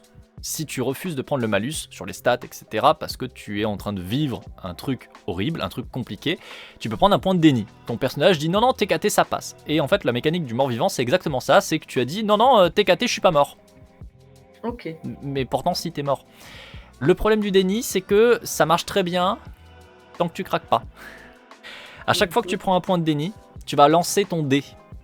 Si tu fais moins que le score de déni, ou le score de déni, tu meurs. D'accord. Voilà. Alors, d'un point de vue mécanique, tu meurs. Dans les faits, ça peut être tout et n'importe quoi. Alors toi, comme t'es un mort-vivant, littéralement, toi, tu meurs.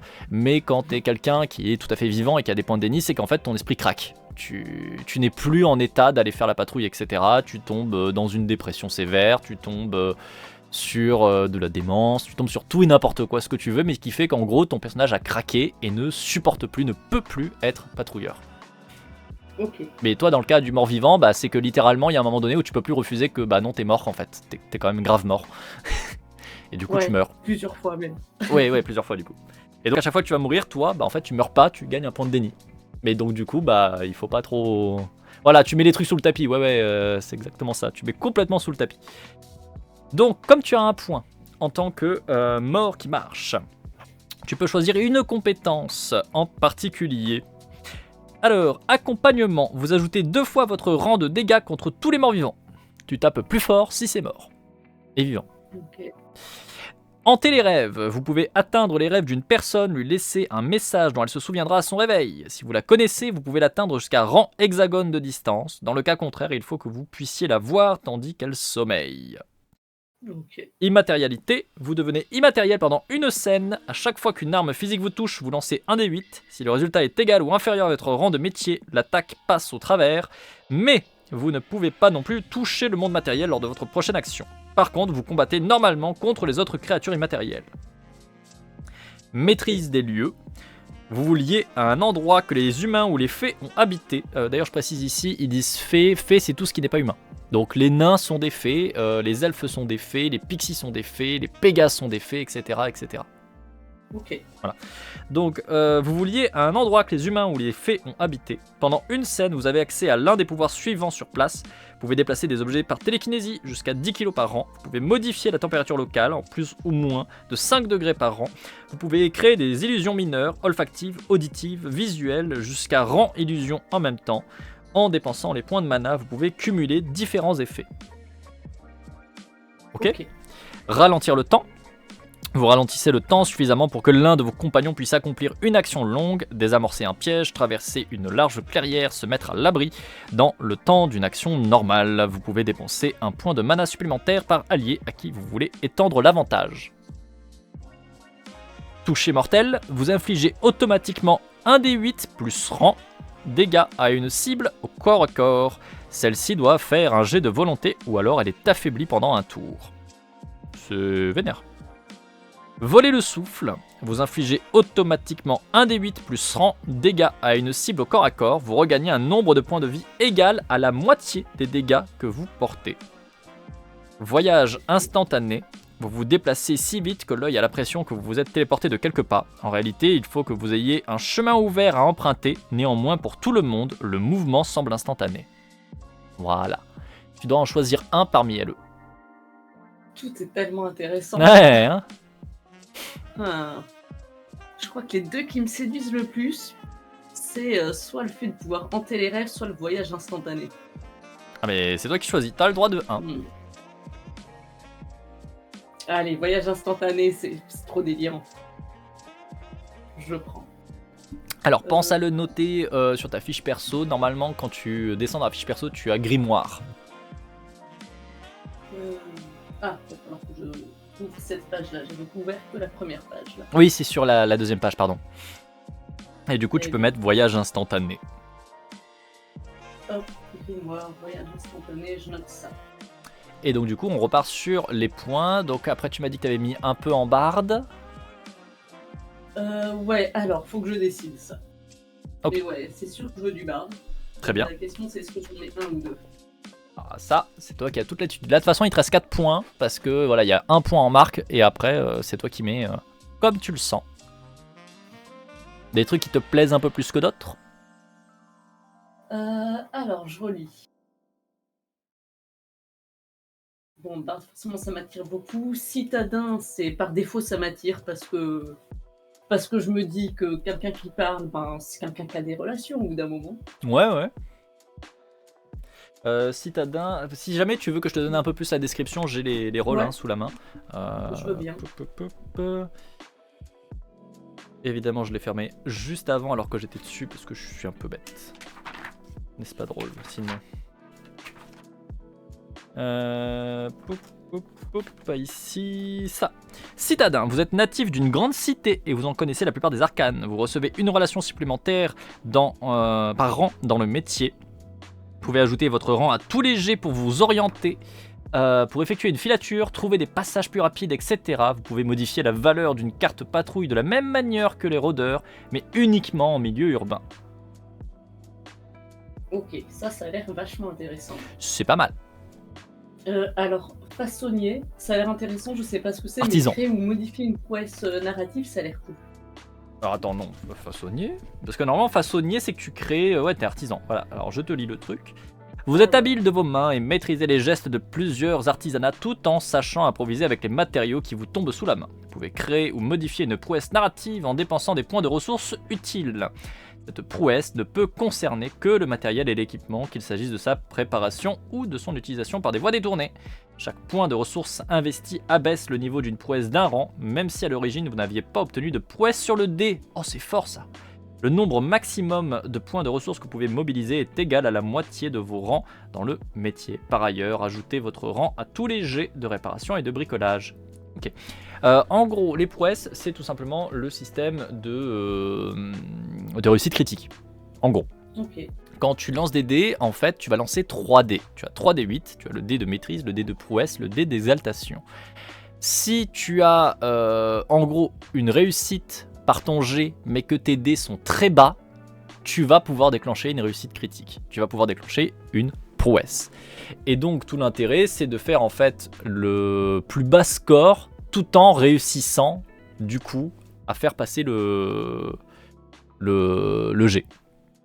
Donc sur le dé, et d'ailleurs au passage, le dé exaltation c'est un dé bonus qui te permet de remplacer le score du dé de maîtrise ou du dé de prouesse. Voilà, si jamais.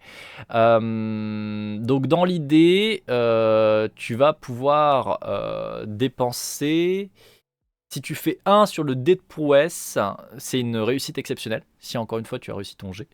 Et donc par exemple narratif, c'est influencer fortement l'attitude des figurants présents, inventer un élément de décor qui change la situation de manière importante, etc. Si tu avais fait 2 sur le dé de prouesse, tu es en réussite majeure du coup, en prouesse majeure. Tu énonces un fait qui se vérifie à la discrétion du meneur de jeu qui peut le modifier légèrement pour coller à l'histoire.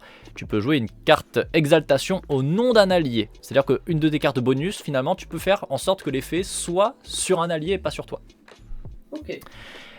Une prouesse donc mineure à 3 ajoute un élément pertinent au décor ou à l'histoire, et une prouesse 4 marginale ajoute un élément mineur au décor ou influence légèrement l'attitude générale. Et donc là le truc qui est fort, c'est que toi, même si tu réussis ton dé avec façonnier, tu peux faire baisser tu peux faire du coup en sorte que ton niveau de prouesse augmente, même si le jet de dé est plus haut.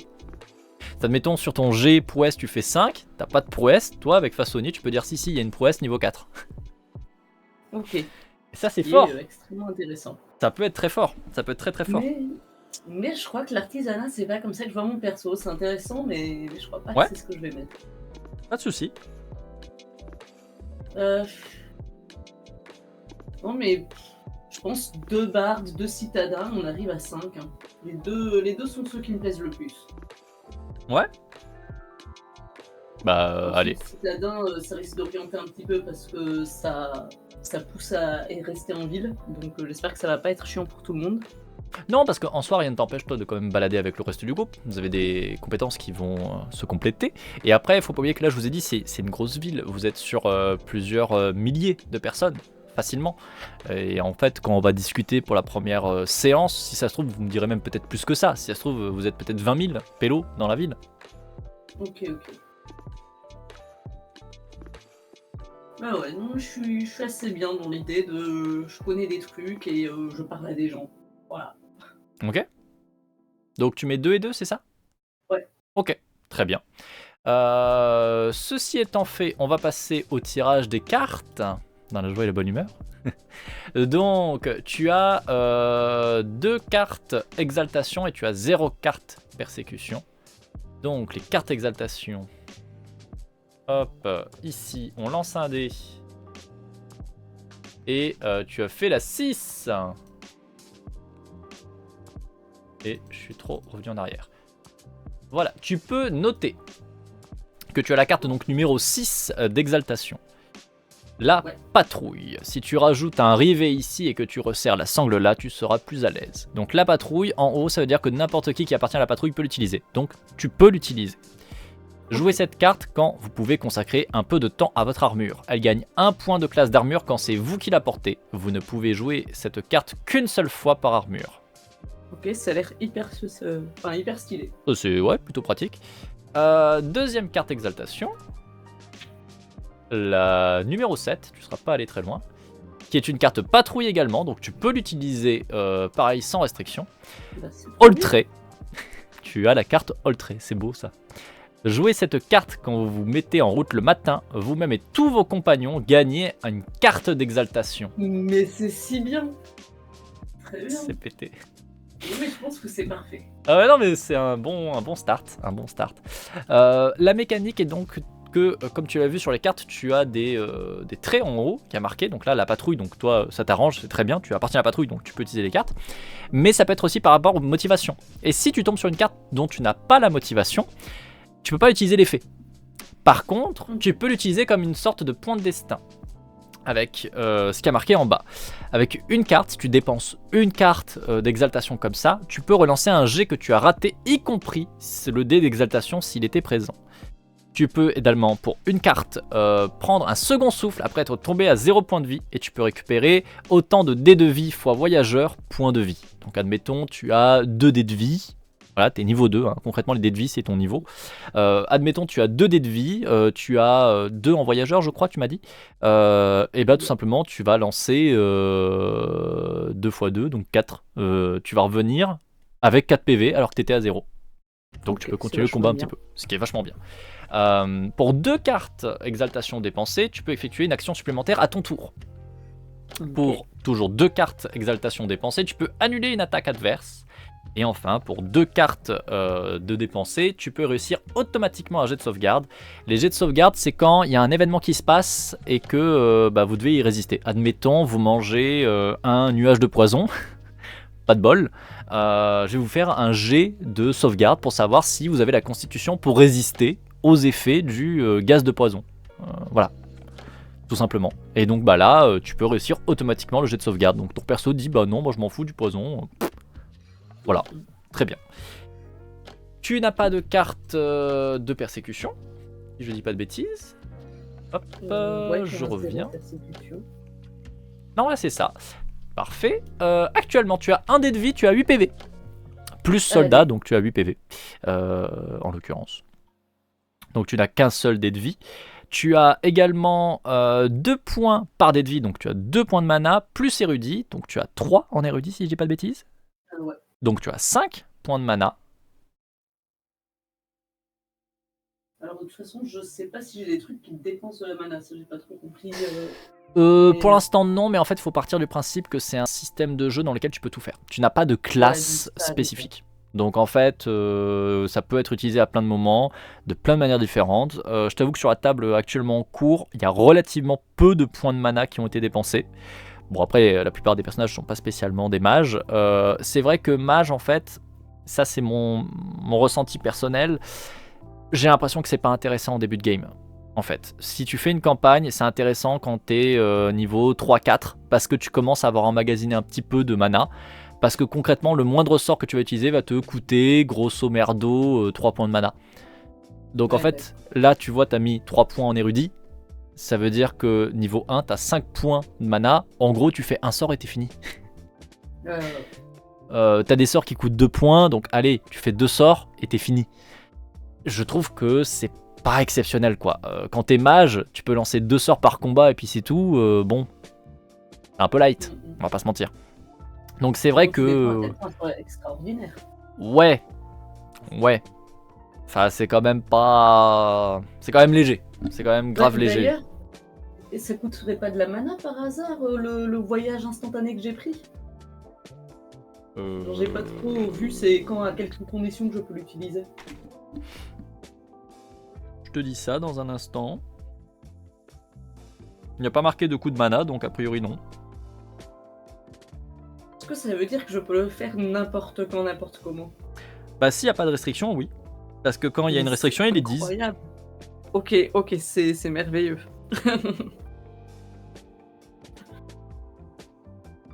J'utiliserai ce pouvoir avec très peu de responsabilité. Non mais je suis en train de lire, il n'y a pas de restriction particulière. Hein. Alors je suis en train de me poser la question là, est-ce que j'aurais pas une double spé voleur là avec un pouvoir pareil? Ah, c'est vrai que c'est pas mal. Hein. Ça devient intéressant. Non, a priori, il n'y a pas de... Attends, je vérifie dans le truc général des marques, mais ça m'étonnerait que en soit...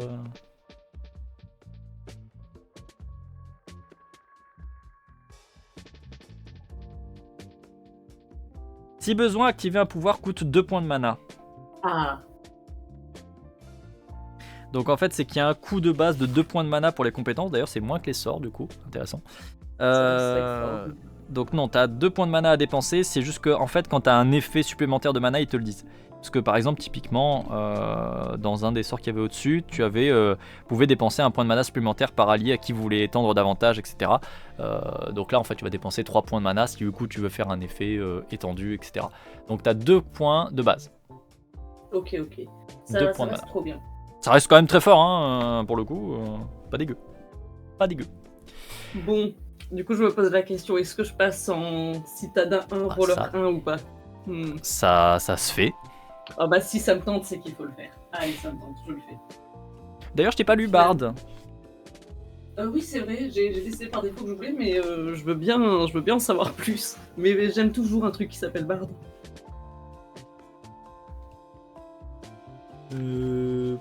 Pou.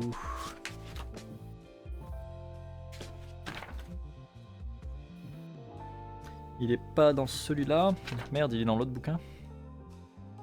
Il est dans l'autre bouquin. Nick. Il est dans l'autre bouquin. Alors après, normalement, je crois que vous l'avez là-dessus. Manuel du patrouilleur. Hop. Et on va venir chercher...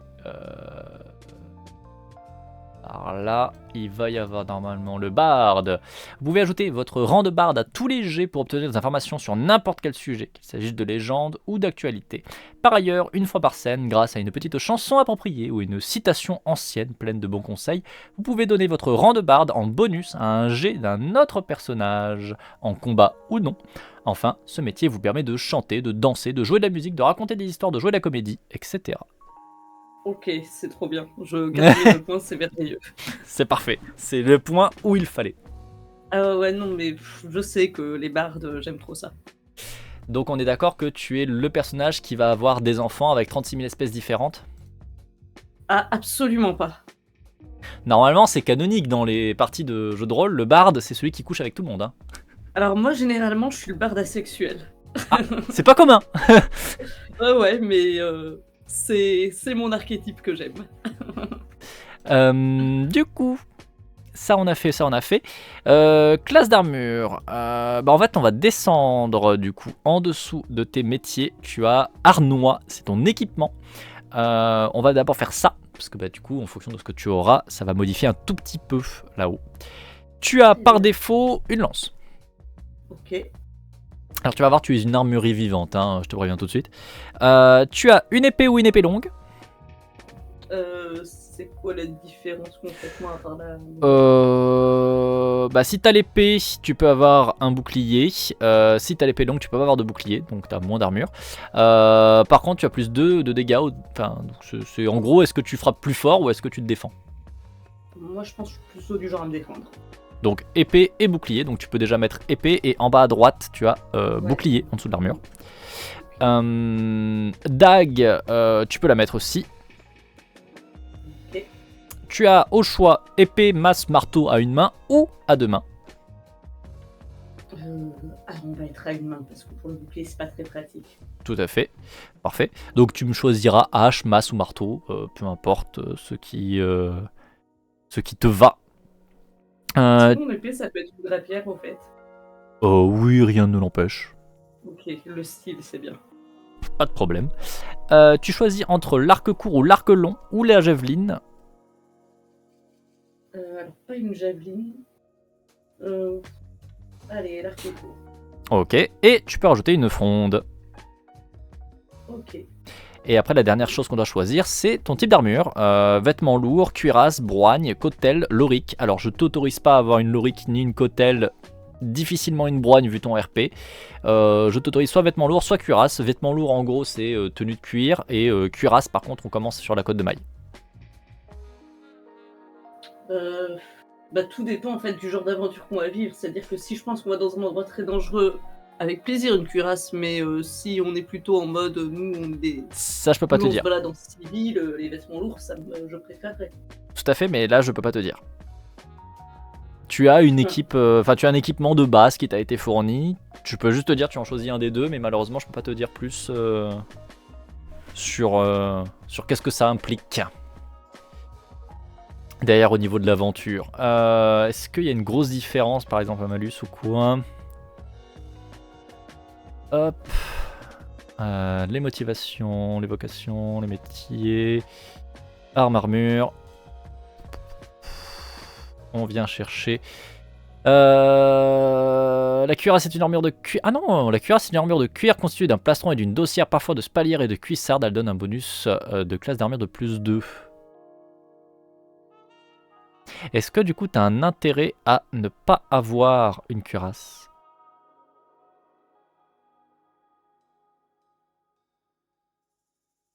Bah en fait c'est marrant parce que je vois pas d'intérêt de ne pas avoir des gros trucs. Dans le sens où il n'y a pas de malus a priori. Genre, si t'as une lorique qui est plus 6 en défense, c'est pété. Mais du coup, ma question va être très con. C'est que, bah, pourquoi tu n'aurais pas une lorique? Est-ce que t'as quelque part où t'as un malus du coup avec l'armure? Et je crois pas. Donjons et Dragons m'aurait donc menti toutes ces années. Bah ouais. Mais je crois que je me suis déjà posé la question et que j'ai jamais eu de réponse. Ensuite, on peut se le dire RP. Ouais. Bon après, dans la logique, pour moi, de toute façon, vous êtes plutôt sur des vêtements lourds. Cuirasse, c'est pas grand chose d'autre, hein, de toute façon. C'est pour ça que dès le début, je vous dis non, broigne, cotelle, lorique, à moins qu'il y ait vraiment une raison RP ultra logique, je vous l'autorise pas. Parce que c'est la grosse tenue vénère. Je vois pas de manière, on va dire, légite que vous puissiez vous balader avec, à moins d'être en mode chevalier, etc. Ce qui n'est absolument pas mon cas. Voilà, et sachant que là, c'est pas ton cas, donc typiquement, Abraham avait commencé avec une broigne, si je dis pas de bêtises. Parce que il est parti dans le délire de Abraham Chirac, chevalier de Corrèze, tout ça, tout ça. Donc ça faisait sens. Bah du coup là-dessus, franchement, c'est toi qui vois. Pour les descriptions exactes, pour revenir dessus. Vêtements lourds comme une cape ou des fourrures, une gambison simple donne un bonus à la classe d'armure de plus 1. La cuirasse est une armure de cuir constituée d'un plastron et d'une dossière, parfois de spalière et de cuissard. Elle donne un bonus de classe d'armure plus 2. Ouais, donc je suis quand même quelqu'un de la patrouille. Je suis pas un civil moi, donc je pense que la cuirasse c'est pas dégueu. Ok, bah va pour la cuirasse. Je te laisse sans problème la prendre. Donc du coup ça fait plus 2, plus 1 avec le bouclier. Donc si tu reviens à la classe d'armure tout en haut, bah tu as 13, tout simplement. Parce que tu n'as pas guerrier. Ouais. Donc voilà, tu as 13 en classe d'armure. Carte exaltation, bah, qu'on a mis un peu plus haut, tu en as 2 exaltation, 0 persécution. Vigilance, c'est 10 plus voyageur plus bonus d'assassin. Tu as mis assassin ou pas? Non. Non. Je suis à 12. Donc tu es à 12. Déni, t'en as 0 pour l'instant. Pour le moment. Pour le moment. Attends, je vais vérifier que tu commences bien avec 0. Hein. Que quand même, t'es mort-vivant, en soi, t'es cané.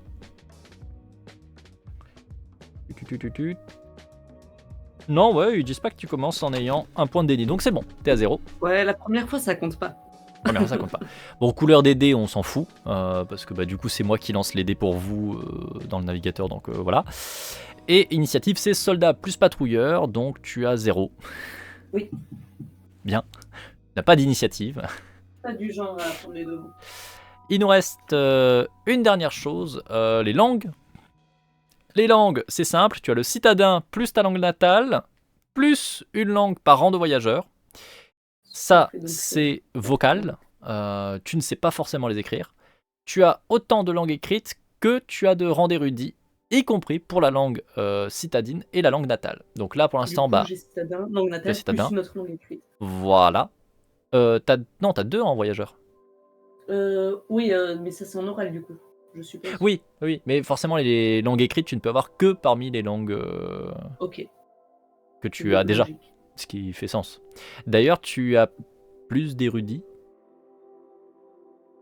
que tu n'as de voyageurs.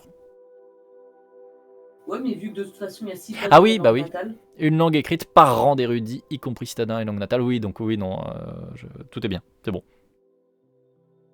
Tout à fait. Ok, bon, ma langue natale, qu'est-ce que c'est? Faut que je choisisse mon peuple là. Ah ouais. Ouais. Il faut bien, tôt ou tard. Ah ouais, non mais là sur le coup, excellente question. Est-ce qu'on demande pas l'avis du chat? Ouais, avis du chat. Alors je sais déjà que Nyx dit dryade. Voilà, on a cru comprendre les dryades. Mais sinon les gens, quoi vous pensez? Qu'est-ce qui irait à Sandwich? Moi, il n'y a rien qui me paraît incompatible avec ce que j'ai. Ouais. Je pense limite, pas, ouais. Tu vois, cavalier, je dirais, bon, si c'est un peuple qui est plutôt nomade, moi je suis pas spécialement dans le nomadisme, mais en plus je suis descendant de toute façon de gens qui sont à la surface et qui venaient de la surface, qui sont coincés depuis très longtemps. Ouais. Donc, cavalier et chevaucheur. Pour le coup. C'est le peuple nomade humain et le peuple nomade elfe.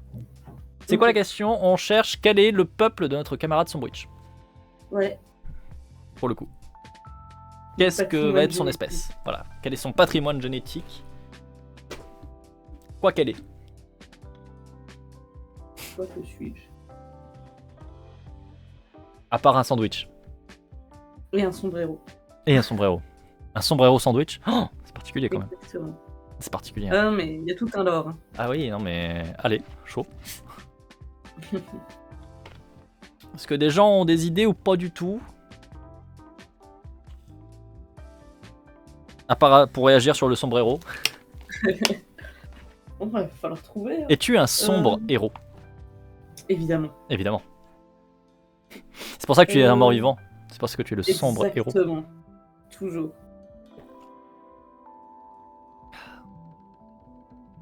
Une femme top licorne, c'est très particulier et spécifique. Donc on peut être ça? En soi, je vais pas dire non, mais c'est vrai que c'est quand même très particulier. Non, mais je cherche pas forcément à être le truc le plus extraordinaire de la cité.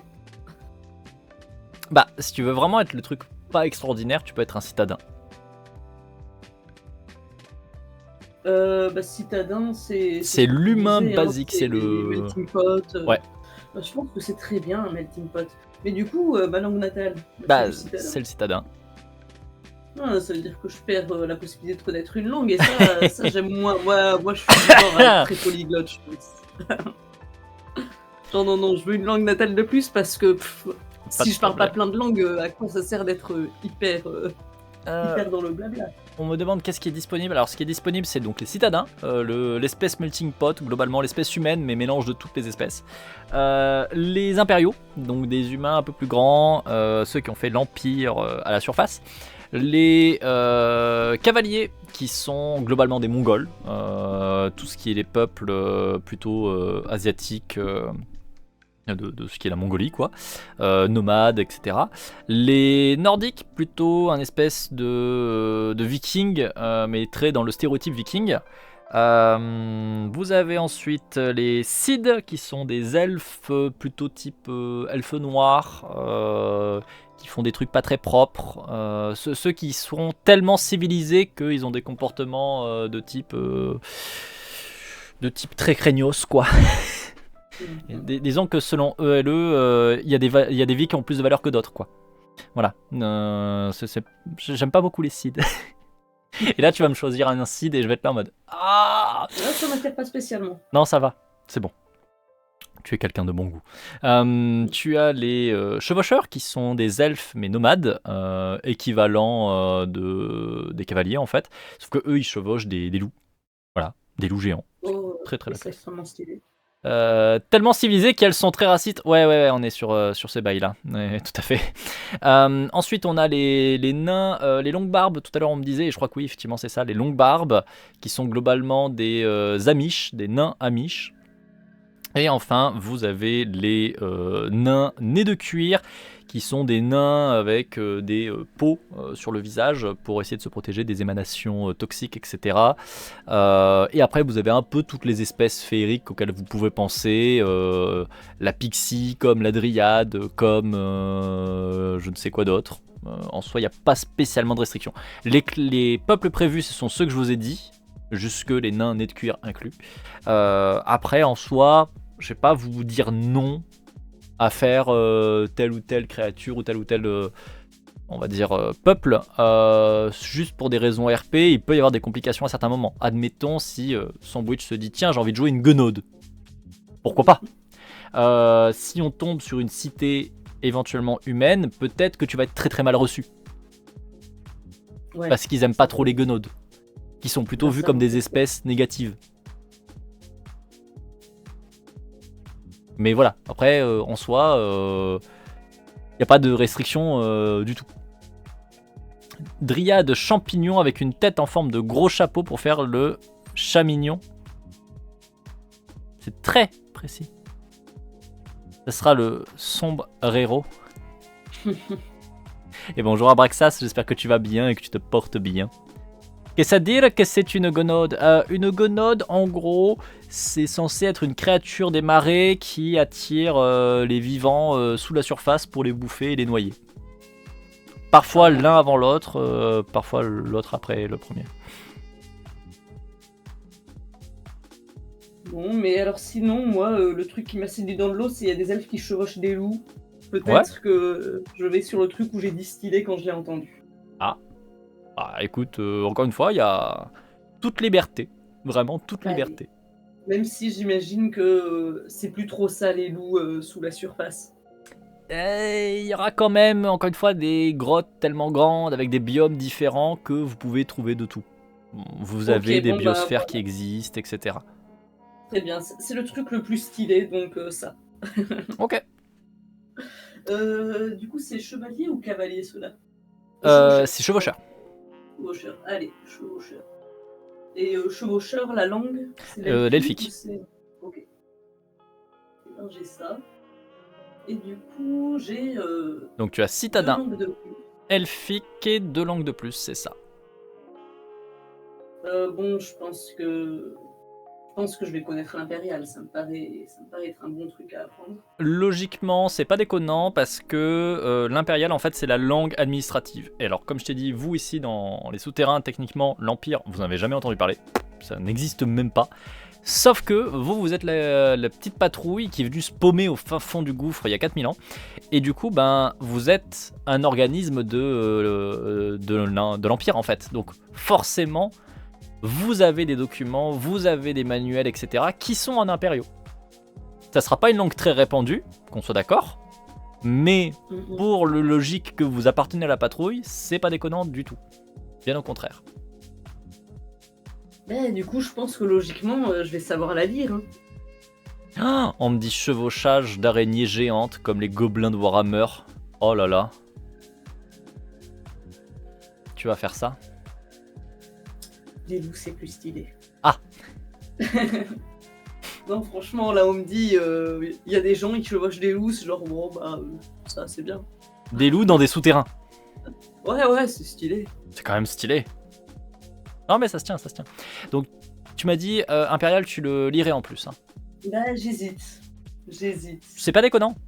Et RP parlant, c'est plutôt logique. Sachant que sur le truc des langues, tu vois qu'il y a des petits ronds à droite. Ouais. Tu mets une coche quand tu sais l'écrire en fait. Ouais, c'est ce que j'imaginais, ce que j'ai fait par défaut. Il y a les squigs aussi. Les squigs, c'est quoi déjà les squigs?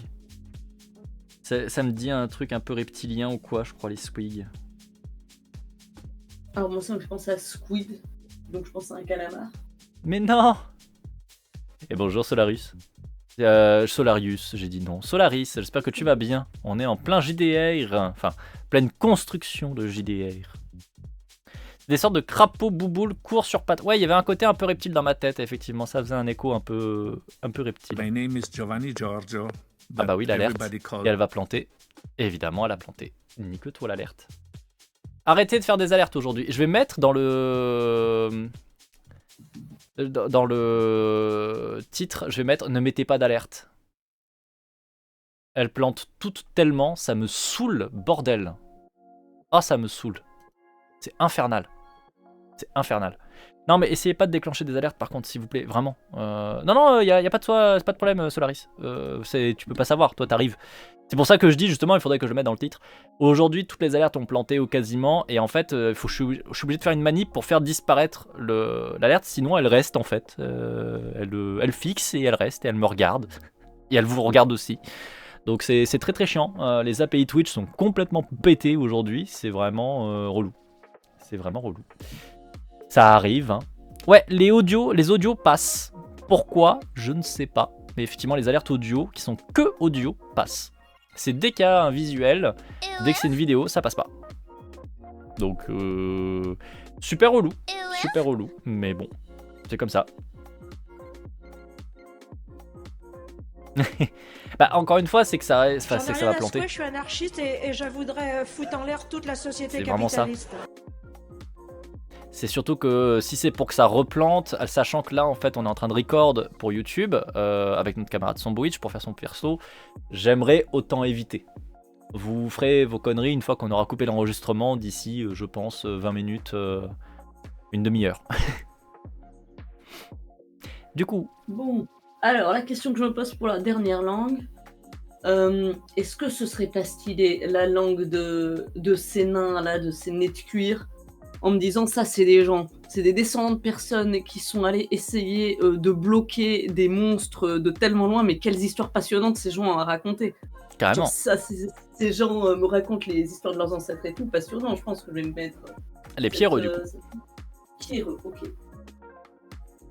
Donc là tu parles citadin, tu parles elfique, impérial et pierreux.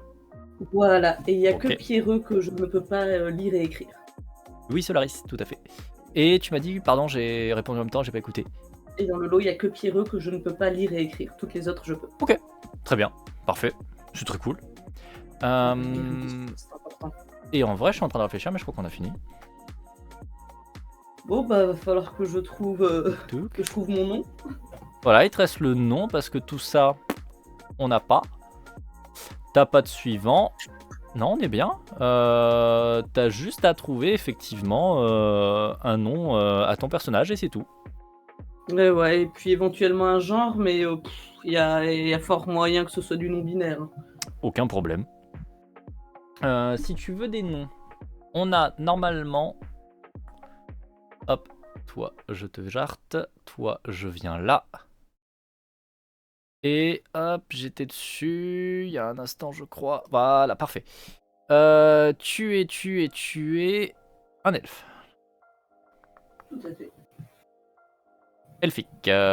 Tu peux lancer un D4 et un D8.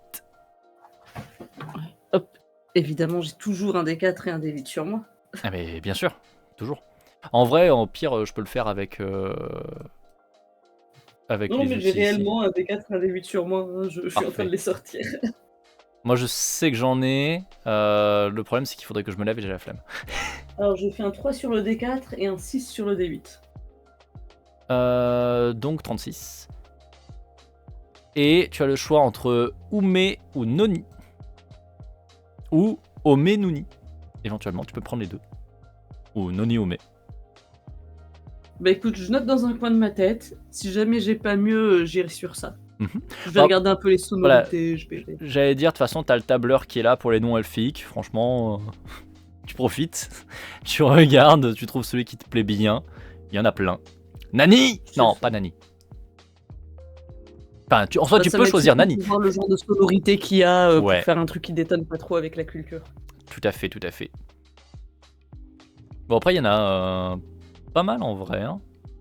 J'aime bien Eda. Je trouve ça joli.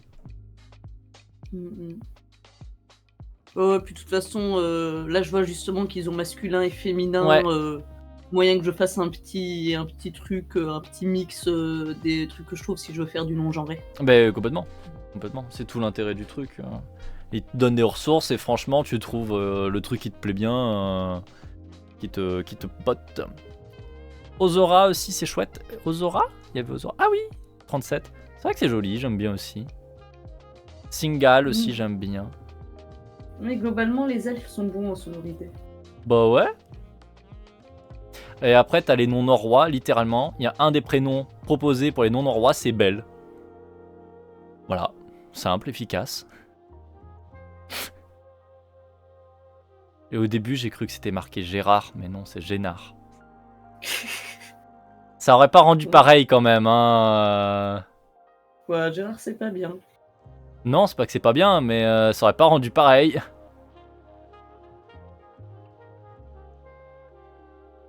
Oh, tu peux t'appeler Euse. C'est quoi? Citadin. Tu peux t'appeler Euse. Euse. Génard, il est gênant un peu. Ouais, ça dépend ce qu'il dit. Quand il parle du RN, c'est un peu gênant, ouais. C'était Oumaï pour délicieux. Ah. Bon, j'avoue que j'y connais rien. Mais par contre, c'est vrai que quand je regarde les noms elfiques, ça me fait un peu penser à des noms japonais. En vrai. Il y a un petit côté en moi qui fait effectivement un peu écho. Ça m'étonnerait pas que ça soit inspiré de noms plutôt asiatiques et du côté plutôt effectivement du Japon. Ça m'étonnerait pas. Bon après j'ai une capacité à reconnaître les langues qui est très nulle, hein, mais bon. Ouais, il y a quelques consonnes qui peuvent pas passer, genre le TH t'auras pas ça. D'accord.